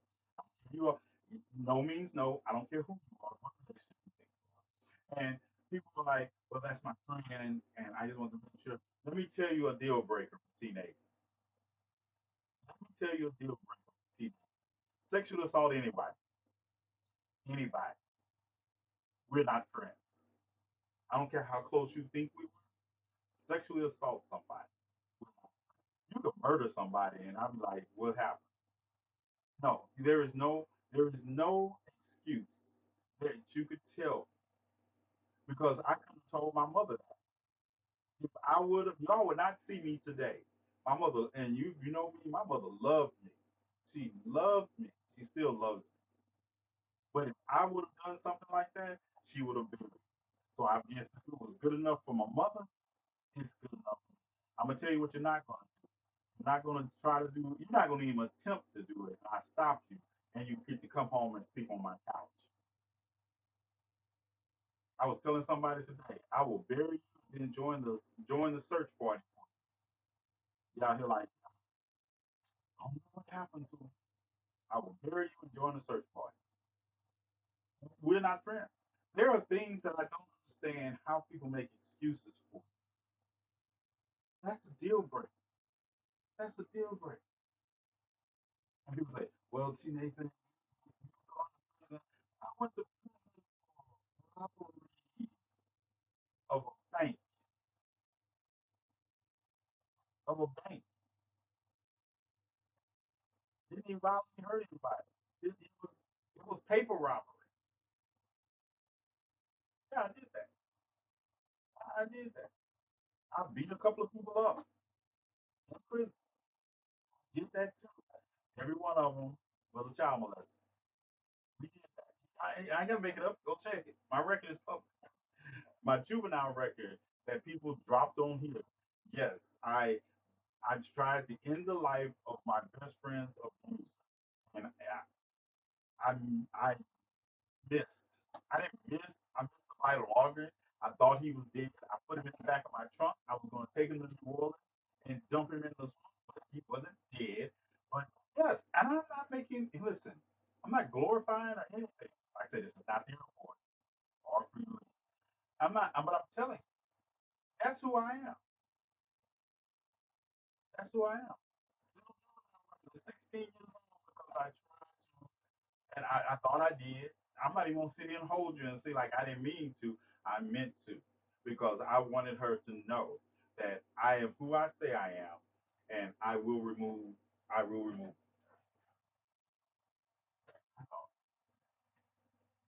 Anybody else think 3 bullets were enough? Evil's hard to kill. Evil's hard.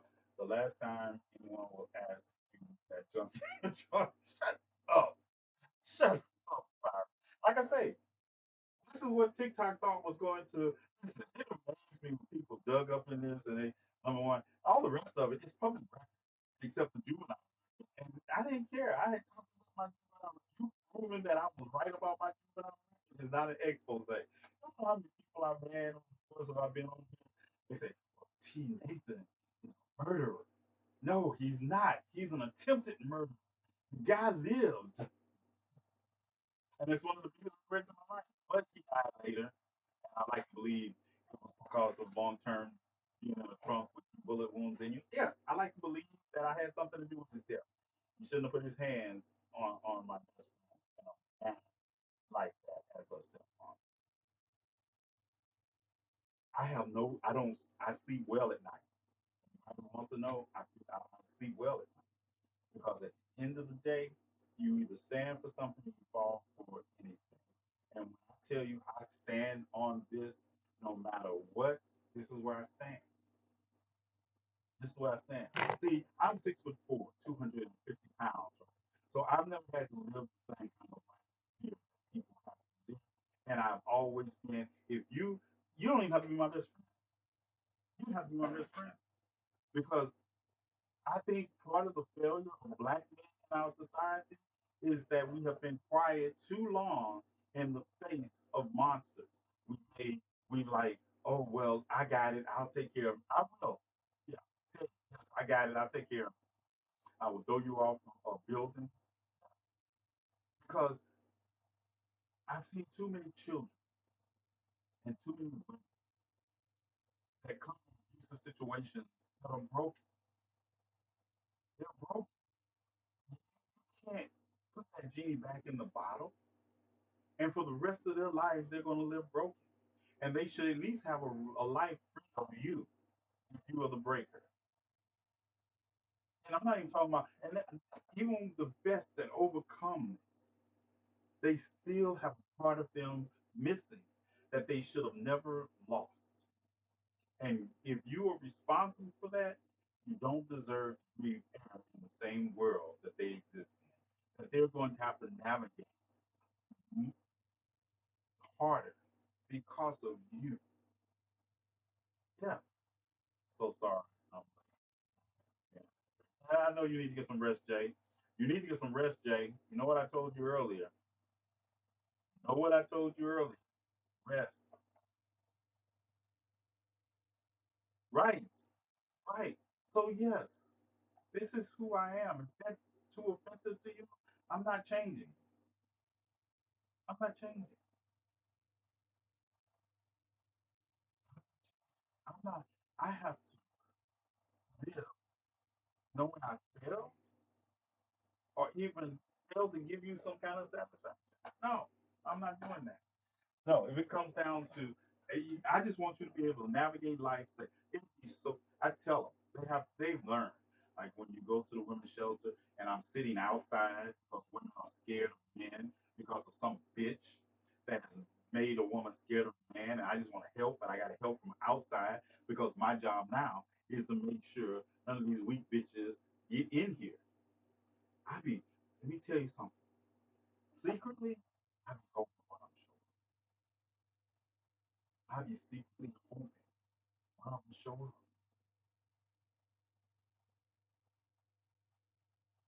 There it is. I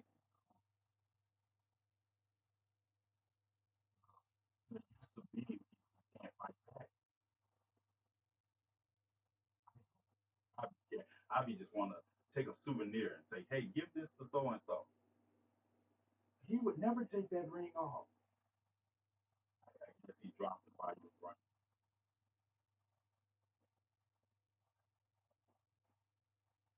And that's what we need. And that's why I say I hold men to a higher standard than I don't have any male friends that skate the edges.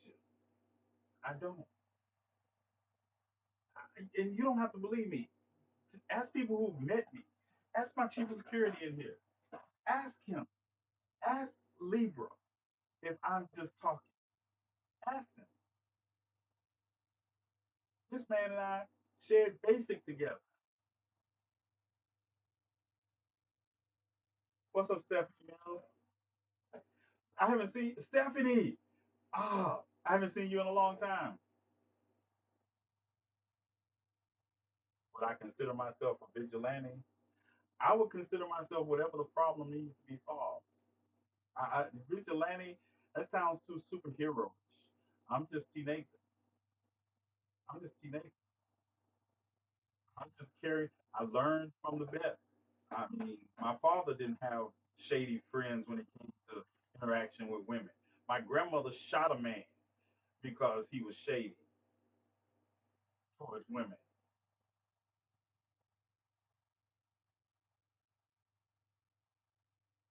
Where have you been? Where have you been? I know who it is. I said, where have you been? Y'all, Stephanie Mills, Tanya, you followed me for a long time. Um, she was the reason I was the ambassador for the Stephanie Mills when we had the crisis line. So,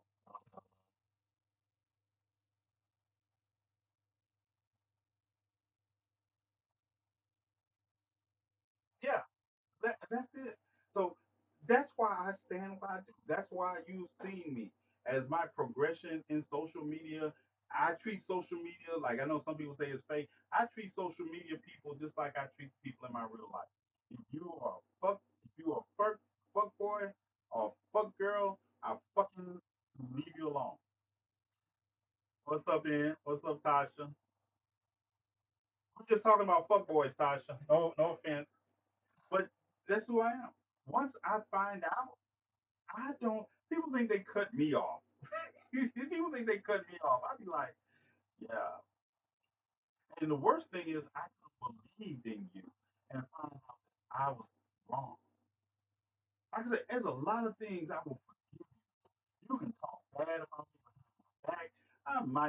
We might not be the same, but you can't mistreat women and children. Expect me to hold that line of your business at work.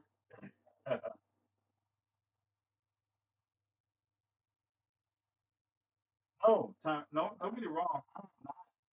No, no, my heart isn't pure. No, I want to fight.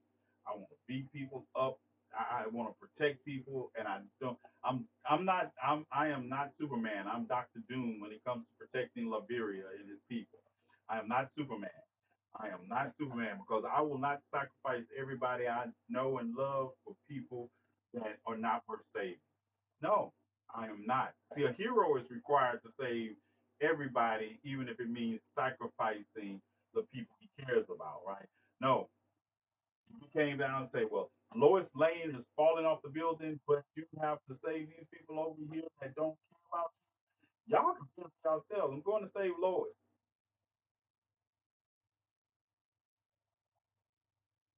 I'm going to save Lois. I am. I work to save the people that are worth saving. I don't believe in saving people that are not worth saving. And who makes that judgment? They make it. They make it. They show me who they are, and you show me you're not worth saving. I fight for the liberation of people because I don't want you to have any excuses after that. I want you when you live in your truth and you decide to be a fuck boy after that, or fuck girl, or fuck whatever, then anything you have coming is yours. Anything you have coming is yours. So I don't want to. I want y'all to misrepresent it like I'm some hero. I am not. I am not. I just care deeply for liberation. I care deeply for the people I care about. And in protection of that and in the fight for liberation, I will break eggs. I haven't changed. You ask anybody who's known me. You can go back and watch my videos from. I mean, looking at the timeline and a video come up 2019, and I was like, I just said that yesterday too. I got arthritis in my hand, but I still. Thank you. I thought you were gonna say you still have enough to pull a trigger. Uncivilized. My thoughts exactly. I don't believe in debating human rights. That's why you don't see me on panels with people debating the bare human rights with people. I don't do that. I don't believe every voice should be allowed into the space where it's allowed to do harm. No, that's why you don't. I don't. I'm not going to be in a live and you all got Hog Boss or Dana J up here with their racism and bigotry or that they have proven in the past and has done nothing to atone for, and you are entertaining them because you're trying to buy you something to smoke, and you think this is the idea to exploit the community to get you something to smoke while you allow racists and bigots to expound their racism and bigotry because you say everybody has a right to speak. Speak some racist or bigot shit around me, I'm punching you dead in your face. I'm punching you dead in your face. Dana J is a danger to our community and black women specifically, and you all allow her on your campus. Hog Boss has said some of the most egregious things about the black community and hasn't atoned for it. Like I don't even know what the tone looks like in the name of swallowing the glizzy of white supremacy, and you think this is where we're going to just all this. I'm telling you, firm belief. There's some things let God, you let your God sort it. Whatever God you are, I let your God sort it. Because I'm not made to sort it. Because my sorting is not what you want it. Acting like she acting like she didn't black people. But they want that kind of interaction because it draws clicks and views. Let me tell you something, right?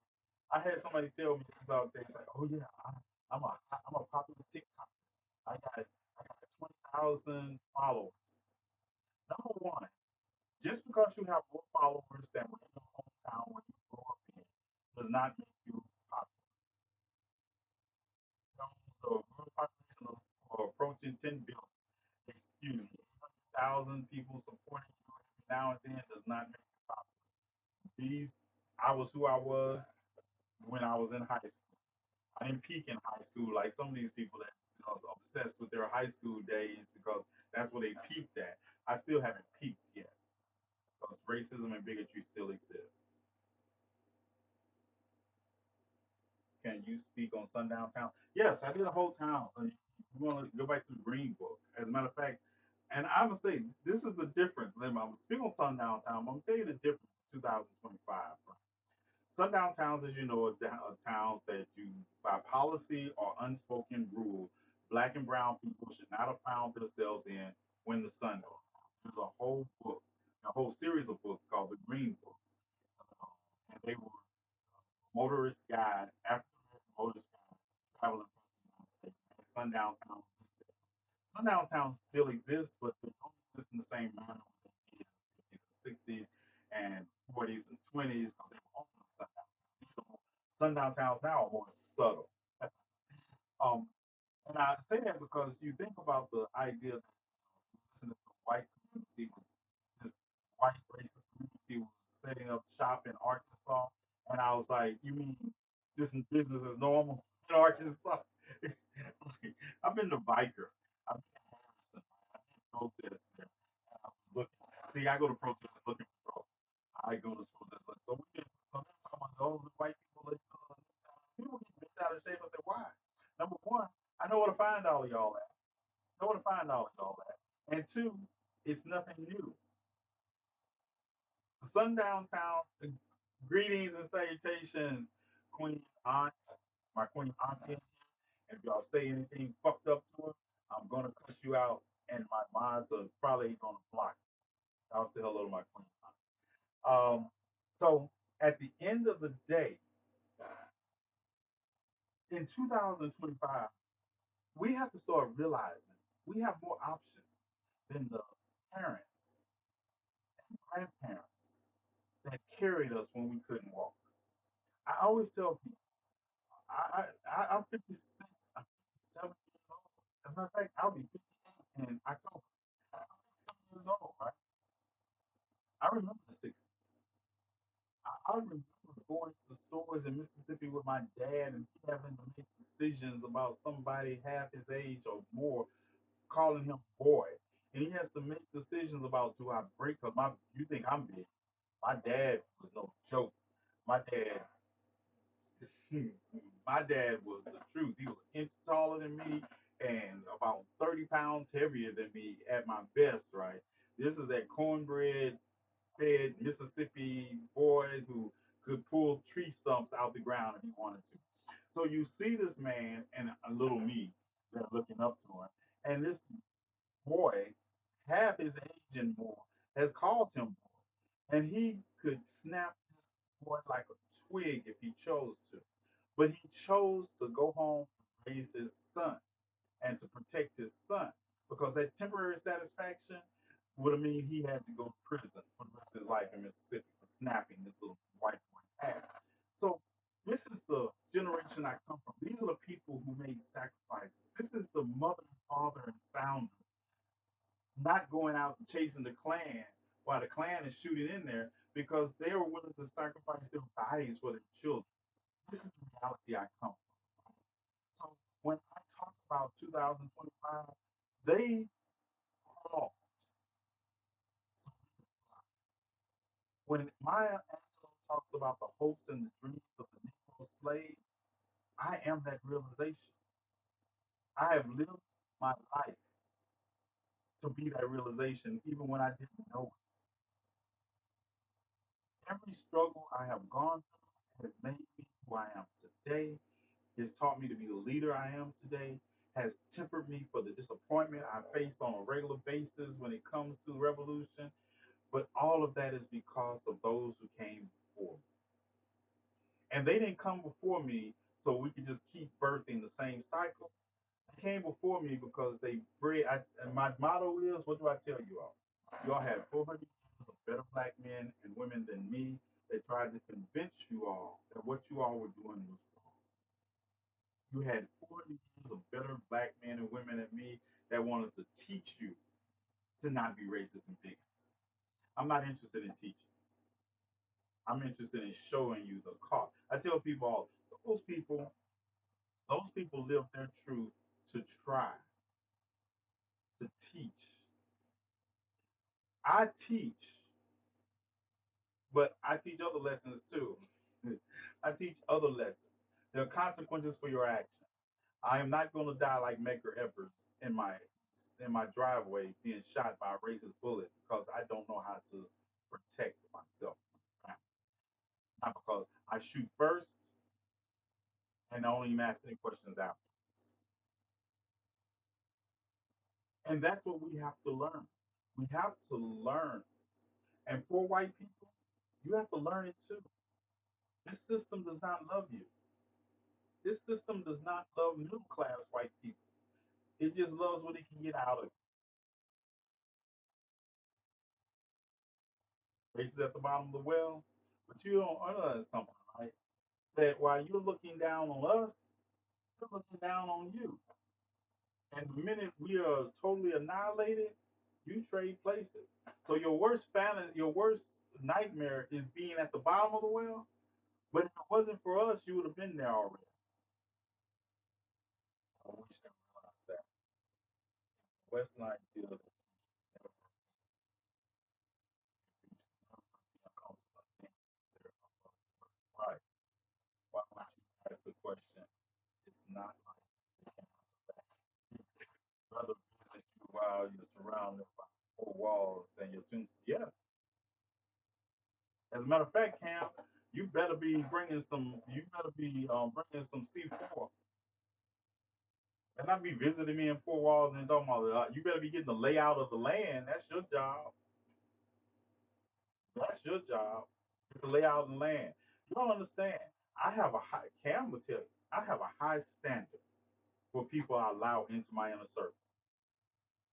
I tell you, if you, and I mean this in relationships, I mean this in just friendships, I mean, never take yourself off the top shelf so somebody else can reach you. Never take yourself off the top shelf so somebody else can reach you. And never let somebody else take you off the top shelf and move you down.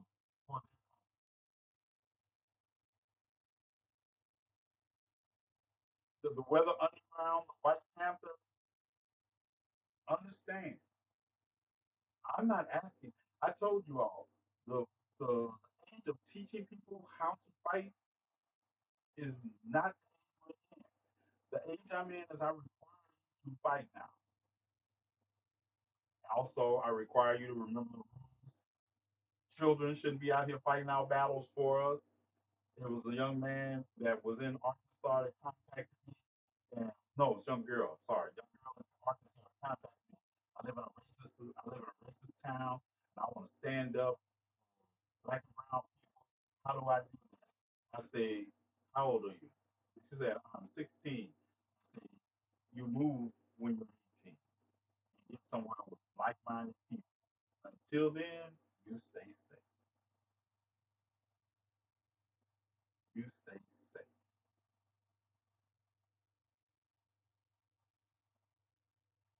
And you have to. And I'm gonna tell you something. No good leader in 2025 is plotting a suicide mission on people. Just no. We through dying for causes. Let me tell you something, right? How many of us have died for the cause in the last 400 years and ain't moved the needle any at all? I tell people it's easy to say you're. I don't want you to die. I want you to find out a way to listen to me, and we're gonna all live because I'm trying to build something that we all can benefit. That doesn't mean there won't be death on the way, but the mission's plan should never be like, okay, I need you all to sacrifice yourselves to take care of this. That's not how this works. That's not how this works. That's why when I listen to people and they talk about, I just got to take a little bit of pain and it's later. But you're not in pain. You're telling us to take pain, but you're not taking any pain. Oh, I just take what you have and we'll be good. How's that gonna work out? Let's try it that way. I will take. That's why I tell you I'm not a hero because if you don't raise enough, I'm going to raise enough money to cremate Jamie one way or the other. I'm not a hero. Not a hero. Not a hero. I also live in one of the richest districts, one of the richest states. Uh, yes, firm believer. I'm not going to watch my friends die from hunger and watch you tell us we need to suffer. No, I'm just going to take what you have because you're playing in our playing in my face. So I'm going to take what you got. Let's get it. Because revolution is about breaking the system, not repairing a system that isn't broken. The system is not broken. The system that we operate under is not broken. It is not. It is operating exactly the way it's intended to operate. As long as you all believe it's broken, you're not working. You have to work to break it. And then you build something that works equitably, not equally, equitably for all of us. Then when you fail, it's on you, not on us. Never was. It was I tell people all the time, you can remove the 27 amendments to the Constitution, even the Bill of Rights. You can remove all that. And the rights of white men would still be enshrouded in the articles left of the Constitution of the United States. Women, when did y'all get the right to vote? 1921. Women's suffrage. And then you all, white women, you turned your black back on black women after they helped you get the right to vote. Yeah, yeah. Don't think that's what I say. Progressives are great until they get what they white liberals are great until they get what they want, then everybody else gotta wait. Yes. And y'all know it's true. Black women like Sequoia True stuck by. They brought numbers. I remember marching in the first administration and watching the little pussy hats on top of their heads, and black women were out there, but y'all couldn't even finish. Black women are disproportionately more likely to die in childbirth. But are you advocating for better medical procedures for them? When they were out there advocating for body autonomy for everybody, and somehow they get left behind? Was mid 1970 when we states started fighting. Women still don't have parasite. Listen, how do we have Roe versus Wade um, approved in 1972 and never codified into law?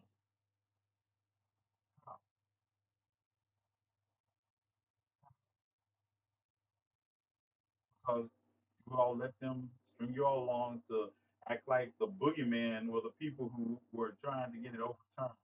Well, the boogeyman were patient because they realized as long as you didn't codify it into law, and allowed you to string women around by the nose by saying, I'm the champion of Roe versus Wade. Bitch, why don't you certify it into law? Why don't you show me your champion? Yeah, show me your champion. Make an act.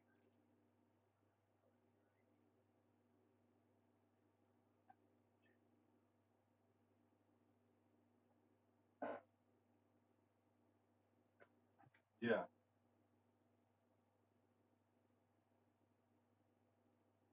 Dun, dun, dun. Oh, that's interesting. Yeah. For some reason, my battery. Listen, why is the battery on that dead? It is dead as a doorknob. Oh, yeah, dead as a doorknob. I, I will. I will. I will.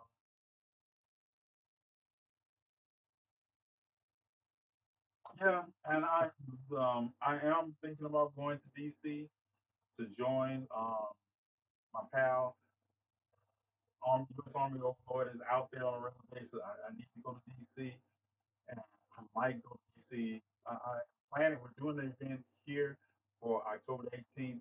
I might go to DC if I can get away out there. Um, I'm really taxing my mother right now. She's already told me that she got need to go to St. Louis to just go. And I'm like, but I'm also this man who has this fierce streak of like 57 years old. I should be able to manage my own financial trip to DC. But I want to go to DC because uh, Reeks is there. If you all follow U.S. Army Overlord, he's there every day. I want to join him. Now that I know the National Guard will be there to November the 30th, I want to join him. Yeah, he's walking them down, and he seems to be.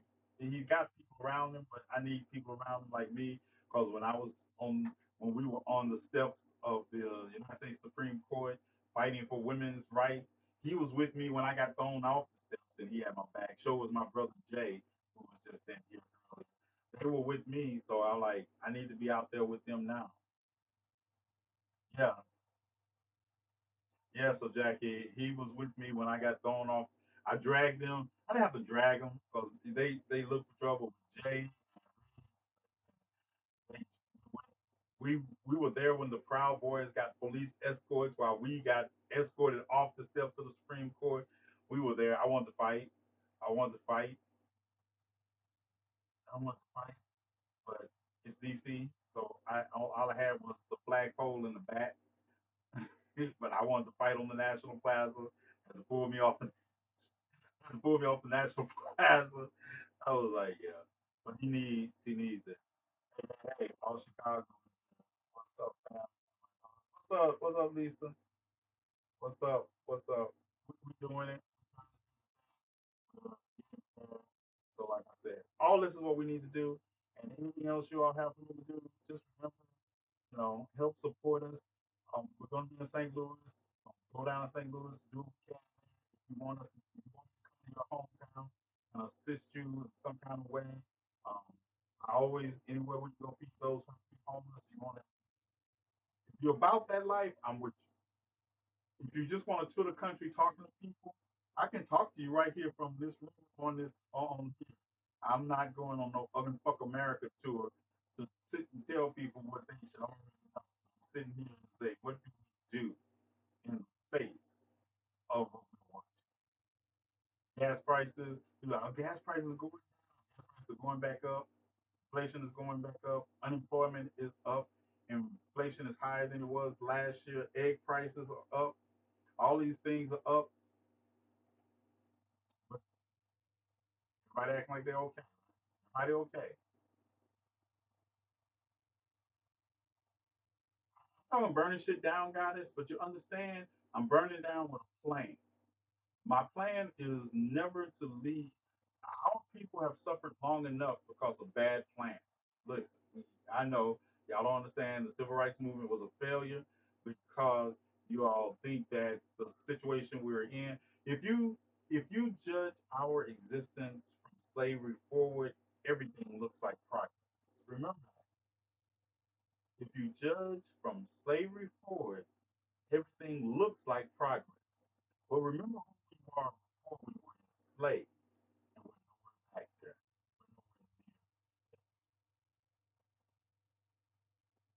That's what I need you to understand. Why do I fight so hard? Because if I don't, I can't expect anybody to do something. Speaking of eggs. Oh, I want you all. That's what I do. I'm gonna do a video, and I want you to put egg prices in your area. Put the area you want me to look in, and I'm gonna compare them to last year this time. Like I say, no one wants to talk about the fact that this economy only added 22,000 jobs in August, and actually the revised figures for July, so we lost jobs. You understand that there are more people looking for employment right now than there are jobs available, and that's for the first time in a decade. You understand that? While we've been sold this dream, and we like, oh, the stock market is up, the stock market is down, stock market is up, stock market is down. At the end of the day, a roller coaster is not a good stock market. That's not a very okay. Help me understand. They say Chicago cancer can't strike. They say like police and fire. I'm gonna tell you, I listened to a live today, and it makes sense because I was in Chicago when we shut down the Dan Ryan in 2021. We shut down the Dan Ryan in protest, and that's when. Uh, and if you don't realize, we protest everything. If people like, oh, you don't protest, we protest everything. We shut down the whole. And when you mention the striking, people just have to realize you can strike, but the system has the hand up because they make consequences for your strike. The problem is We need to make consequences for the people that cross that strike line.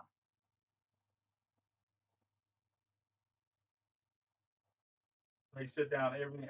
Right, we shut down the Dan Ryan. I got the. I can show you the video. We shut down the Dan Ryan, and people were like, "Tell you." That's why I'm like usually the first into traffic, cause I be having my hand in my pocket. I say, you get too close, you gonna have more than you have a lot of worries more than me standing here in traffic. You might as well stop. Might as well stop, cause you keep coming. Show you better than I can tell you. Right. We have to do that, Lisa. Don is dead. Sure did. Father Finance. Yes.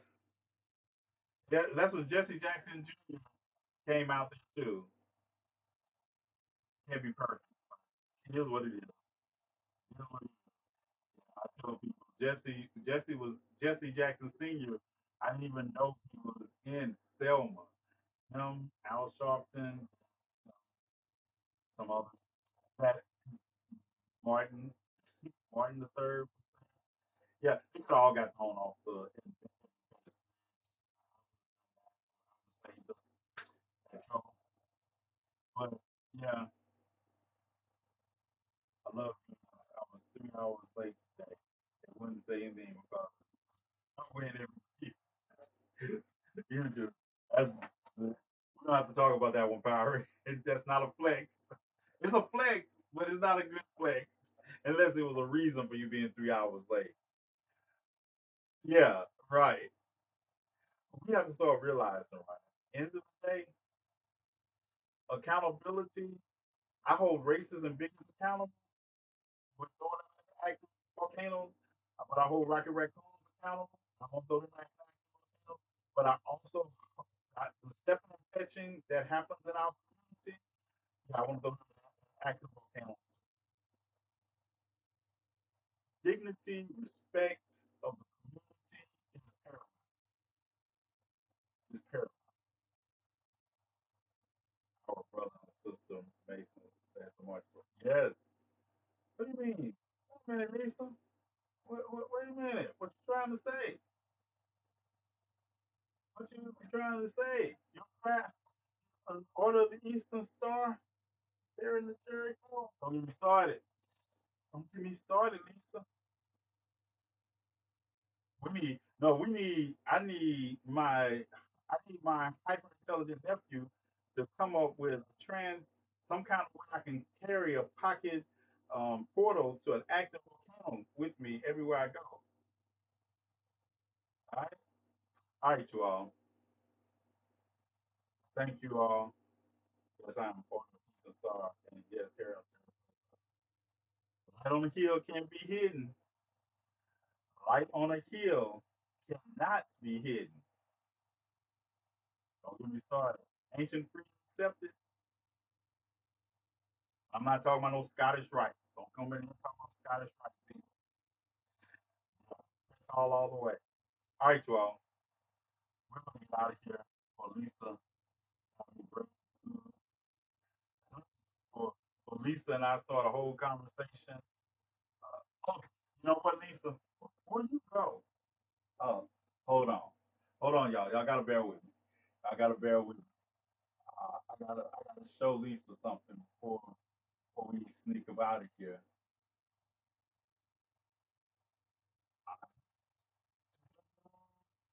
Lisa, you in Chicago? You in Chicago, Lisa? Oh no, don't try to update now. Hold on.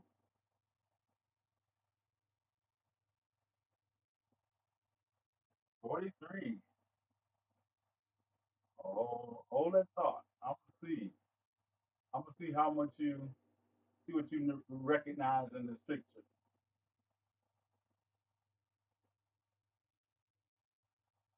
This is from my camera roll.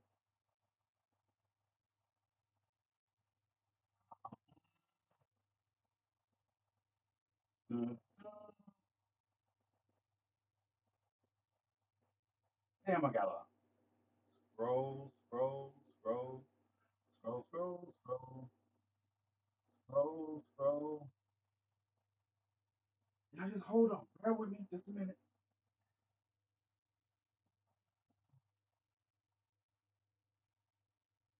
Let me see. See who knows what this is. Know that is Lisa? Very.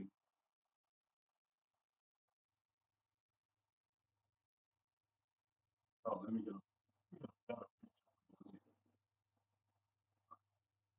Dun, dun, dun. I got a better picture. I ain't gonna act right. I ain't gonna act right. It's just elbow in the wire. Listen, don't start. Don't start. You know how I feel about that.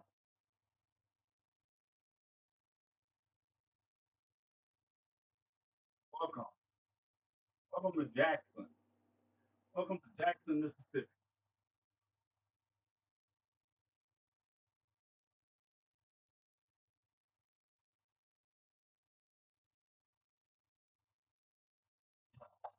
Be I love.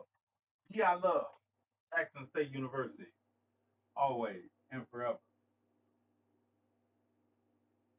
And this, like I show you, this is my camera roll. Okay? This is my camera roll. You see? Yeah. I love our community. I love us. And remind me one night I will take you all on a tour of Jackson, Jackson Civil Rights Museum, Mississippi. This is me at the Civil Rights Museum. This is John Lewis before he died. John Lewis came. We were there. Um, this is my nemesis. he, he's the president. He's president. He was the president of the Mississippi chapter of the NAACP before he became the national president. And, yeah,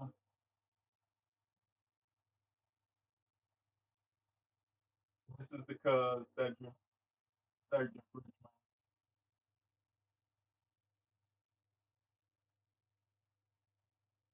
That's me on point. That's me on point. Okay, we can go down memory lane some other time.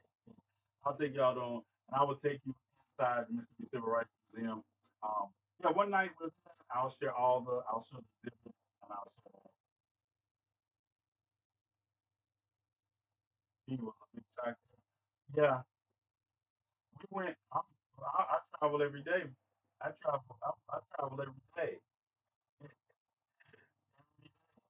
But yeah, we will. They walk. Yeah, we would definitely. I would definitely do shows surrounding um, the Civil Rights Museum in Mississippi because we need to.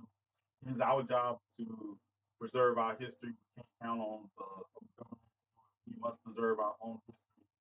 Um, women, women's history, black and brown history.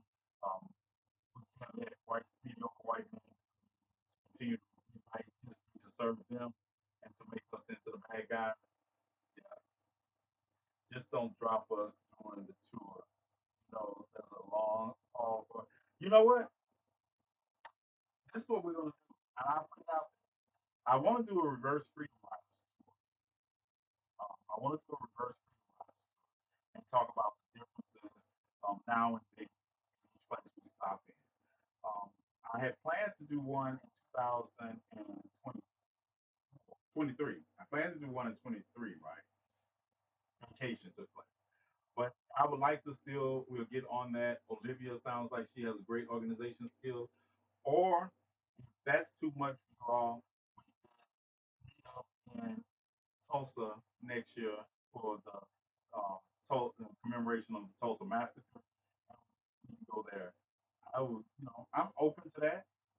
I'm open to that, but understand we're not going to have any of that wild ass shit that we have in California. If you act weird, put me out. This is not a meet and greet. This is let's meet and let's make history. All right, I'm gonna let you go. I know I've held you along. It is 12:20.